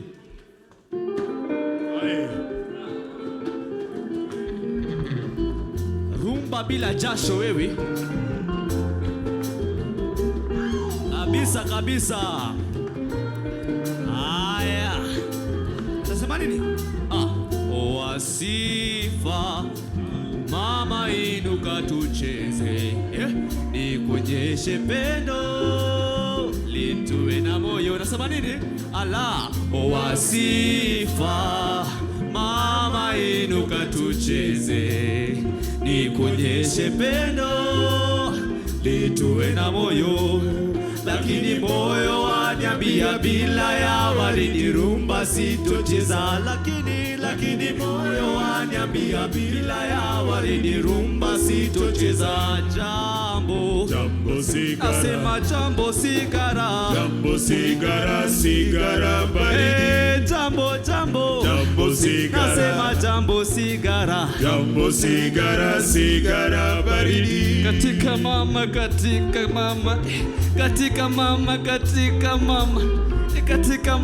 Katika mama. Salala. Muziki bila jasho manake ukijinyima mapenzi, chukua sigara yako baridi na ujiburudishe mwenyewe. Atosema nini? Sema lakini moyo waniambia bila ya waridi rumba sitocheza. Waniambia bila ya waridi rumba sitocheza. Sema jambo sigara. Jambo sigara. Sigara baridi. Sema jambo sigara. Nasema jambo sigara. Sigara baridi. Jambo sigara. Nasema jambo sigara. Sigara baridi. Nasema jambo. Nasema jambo sigara. Habari jambo sigara. Nasema jambo sigara. Sigara. Nasema jambo sigara. Nasema jambo sigara. Jambo sigara. Sigara baridi. Asante. Rumba bila jasho. Kweli kabisa. Yes. Thank you so much. Asante. Mnakumbusho bado Aspro iko kwa sumni zako 3 tu. Na pia Coke baridi pale. Coke baridi. Kisilu. Asante sana. Now you see one interesting fact. When Fundi Konde sang when he recorded Jambo Sigara, I was just 9 years old. Wacha. Na sasa tunakaa umri mmoja. Vipi? Lakini wewe wazazi ndo kukunyima refu. Wacha pombe isikuzeshi. Pombe wacha. Thank you so much for coming to the Equator concert. We thank you so much Kisilu for allowing us here to Mambo. Asante sana. Makofi kwa Kisilu bwana. Thank you. Now, we'd love to take a short break. Sigoni. I said short. Sigoni hata hujalipa kuingia. Unajua jamaa huyo labda anakuchukua short call afa anajikunilia. Imesema ni short call baba. Anajalipia concert.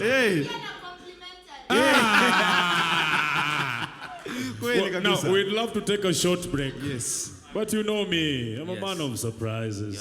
Pleasant surprises. What do you have for us? Ladies and gentlemen, put your hands together for my gorgeous sister, Esther John.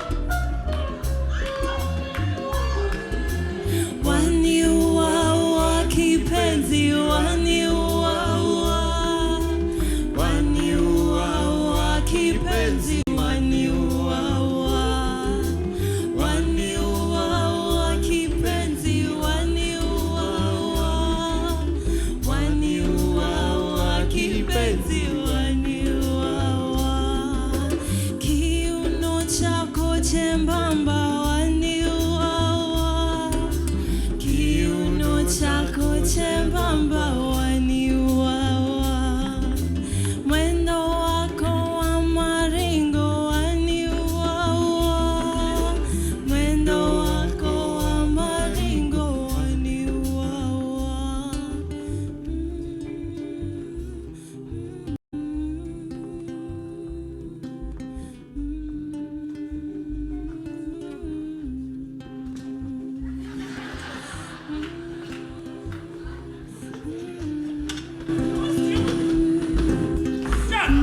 I thought you said that man was not walking with his 2 legs. Mbona sasa naona anacheza twist? Did you betray me, Jack? You betrayed me, Jack. Previously on the working bench. Sigonia. Selma. Dead men used to tell no tales, but nowadays they do. Thanks to modern day technology.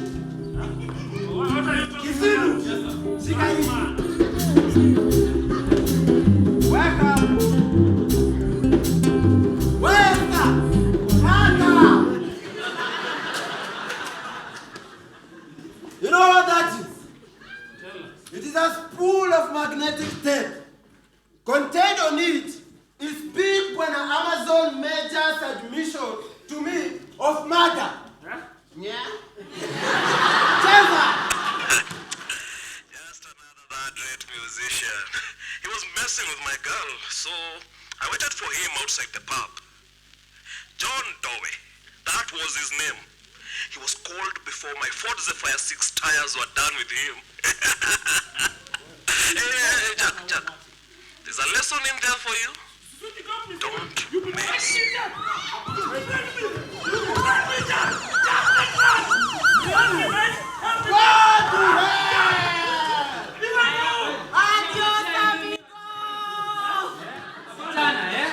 You think you are the major character?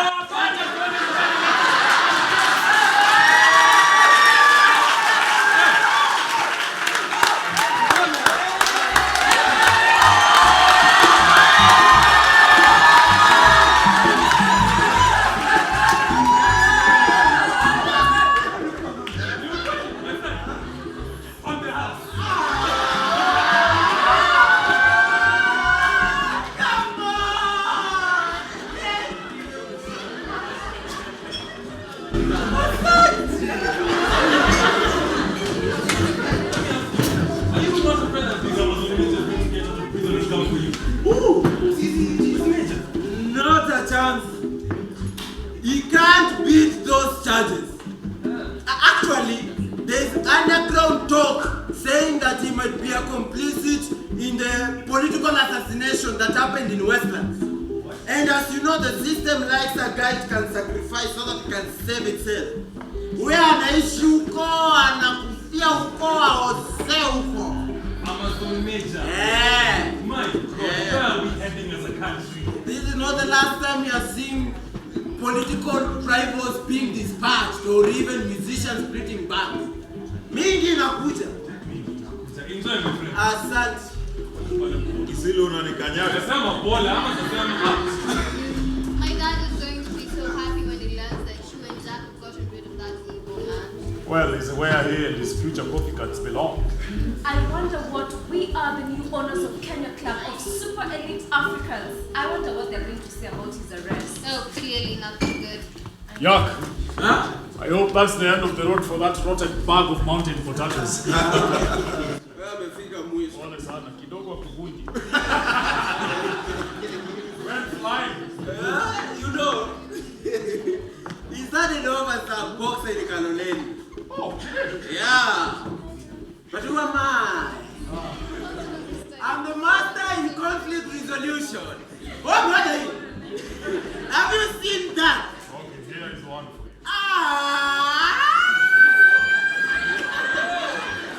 Come on!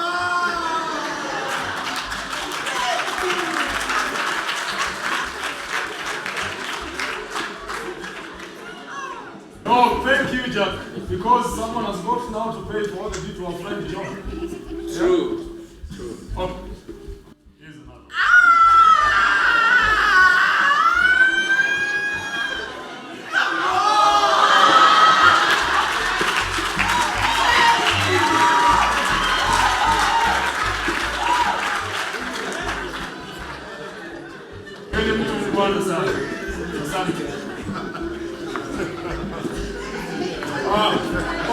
Sir, are you going to stay out after our last number? Probably just a bit. I have to get home to my son and my daughter, Jonathan. But I'm super proud of you boys. Thank you, sir. That is good enough, sir.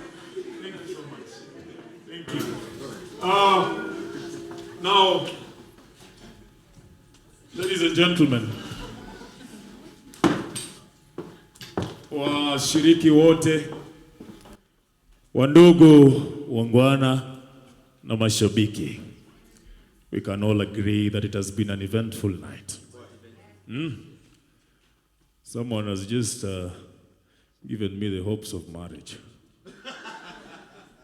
Now, before we continue to our last number, allow me to introduce the members of our band, the Equator Sound Band. A round of applause, come on.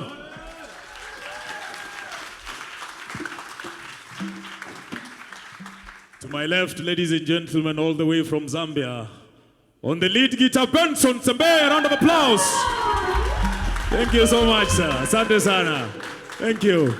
And behind me, ladies and gentlemen, all the way from Zambia, a very good percussionist and an amazing vocalist, Nashil Pishan. Thank you, Asante.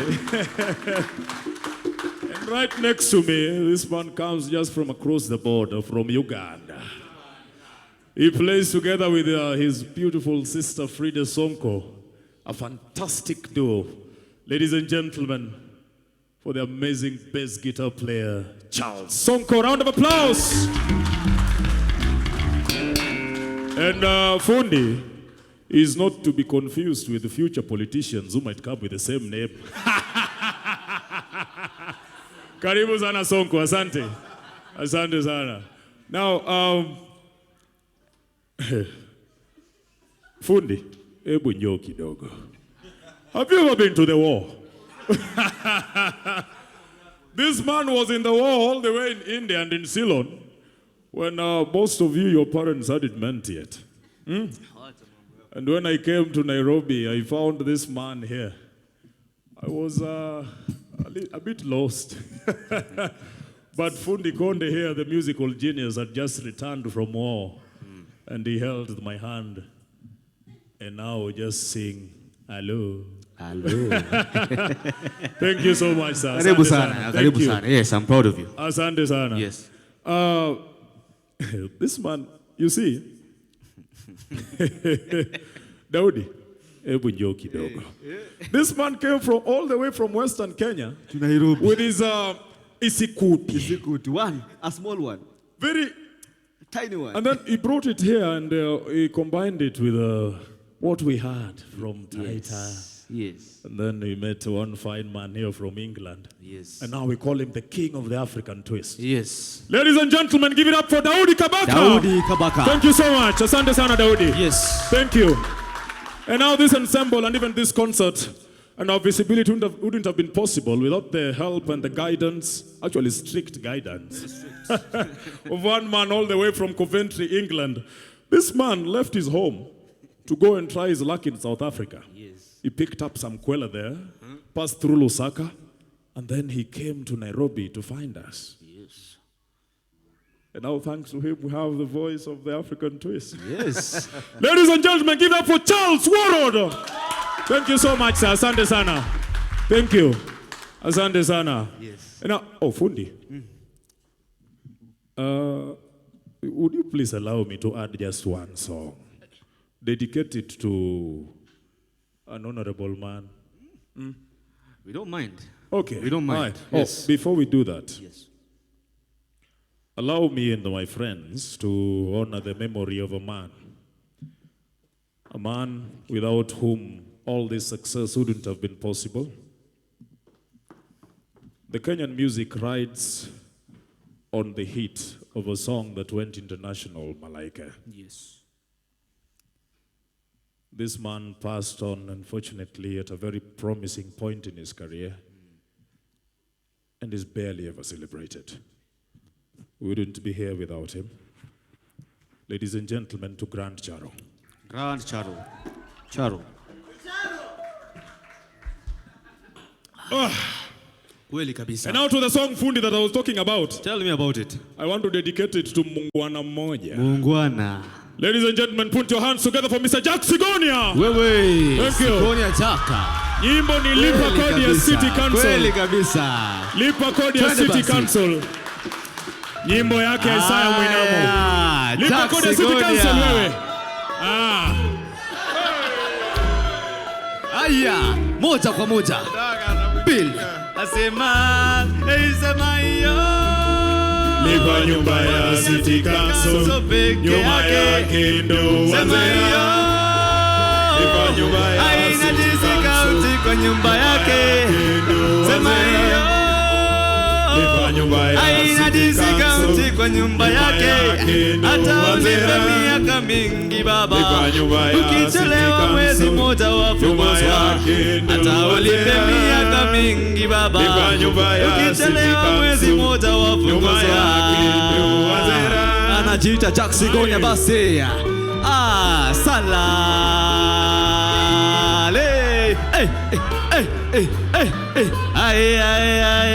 Jack Sigonia. City Council ni nani? Naomba nimuone nimweleze. City Council ni nani? Naomba nimuone nimweleze. Nimwombe nifungulie nyumba. Amefungia vitu vyangu vyote. Hata nguo zangu ziko ndani.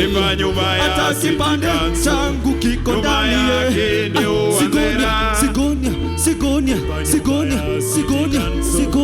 Sigonia, muone. Salale. Twisti moja twisti. Hey, sema lipa kodi ya City Council. Hey, nyuma yake ndio wanzera. Lipa kodi ya City Council. Nyuma yake ndio wanzera. Sema lipa kodi. Nyuma yake ndio wanzera. Hey, lipa kodi ya City Council. Nyuma yake ndio wanzera. Kweli kabisa. Asante sana Jack. Thank you. Jack Sigonia. Thank you. Jack Sigonia. Asante sana Jack. Yes. Na ulipa nyumba ya City Council wewe. Lipa kodi. Ulipa kodi wewe. Thank you so much. Thank you. Now we'll be moving to our last number. Yes. Na mashabiki, wandugu, wangwana na marafiki wote. Please. Bado tunakukumbusha kwamba there's nothing like a Coke. Fadhili ndugu yangu, Coca-Cola, drink Coca-Cola. Coca-Cola. Na ukumbuke kumeza tembe zako mbili za Aspro. Maana yake ziko hapa. Kisilo ama namna gani? Kabisa. Namna ni hiyo tu. Kweli kabisa. Now we'll be moving to our last number. Fundi. Bwana producer. Inuka kidogo. Please rise. Kweli kabisa. Yes. Please, another round of applause for Charles Warrod. Yes, because he is here with us. Yani ile kusukuma, Charles Warrod ametusukuma. Mwenyezi Mungu akubariki. That means may God bless you, sir. Yes. Thank you so much. Asante. Kabisa. Now to our last number, I want to dedicate it to the beautiful ladies in the house. Warembo mpo. Let's dedicate this to the love of my youth, Malkia, Zembi, a beautiful friend, and my gorgeous sister, Esther John. A round of applause. Thank you. Asante. Thank you so much. Kuna makosa. Makosa imefanyika. Roda! Kipenzi cha roho. Pole sana. Yes, thank you. Nyimbo ni yake John Zenze. Yes, sir. Ladies and gentlemen, let's all join in for Habari za Nairobi. Habari za Nairobi. Twende basi.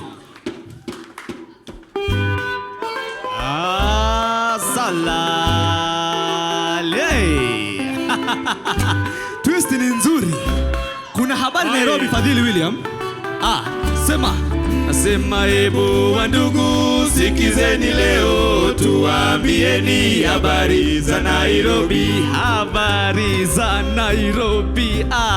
Salala. Nasema hebu wandugu sikizeni leo tuambieni habari za Nairobi. Habari ni kwamba kuna densi pale Nairobi. Densi gani? Mjini Nairobi kuna watu wengi wanapenda sana kucheza twisti. Twisti cheza twisti. Salale. Mjini Nairobi kuna watu wengi wanapenda sana kucheza twisti. Salale. Hata wazungu kuna Nairobi wanapenda sana kucheza twisti. Twisti cheza. Hata wazungu kuna Nairobi wanapenda sana kucheza twisti.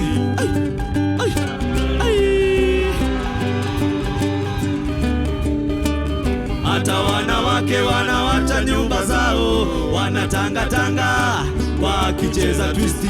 Twisti cheza twisti. Twisti salale. Hata wanawake wanawacha nyumba zao wanatangatanga wakicheza twisti. Simama, usiogope. Usiogope wewe, simama tu. Ala. Hata wanafunzi wanasahau masomo kwa sababu yake wanapenda twisti. Simama ucheza twisti. Simama. Simama. Twisti ni yako. Namna ni hiyo. Ala. Hata wanafunzi wanasahau masomo kwa sababu yake wanapenda. Umeketi. Unaketi. Umeketi wewe. Twisti ni nzuri inapendwa na vijana lakini kwa wazazi hawaipendi. Twisti cheza twisti. Nasemaje? Twisti ni nzuri inapendwa na vijana lakini kwa wazazi hawaipendi. Salale.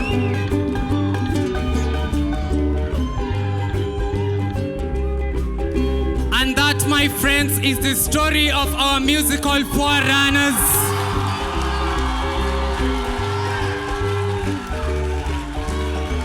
They built a cultural base that we derive our own contemporary forms of art from today. We dream of linkages. We dream of soaring cultural values. We dream of the ultimate sound. So distant yet so correlated. A country that respects its culture keeps its soul. Good night. Asema.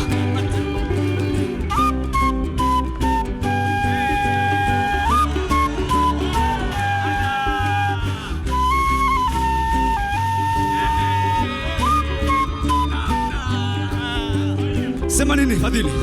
Ati? Nasema hebu wandugu sikizeni leo tuambieni habari za Nairobi.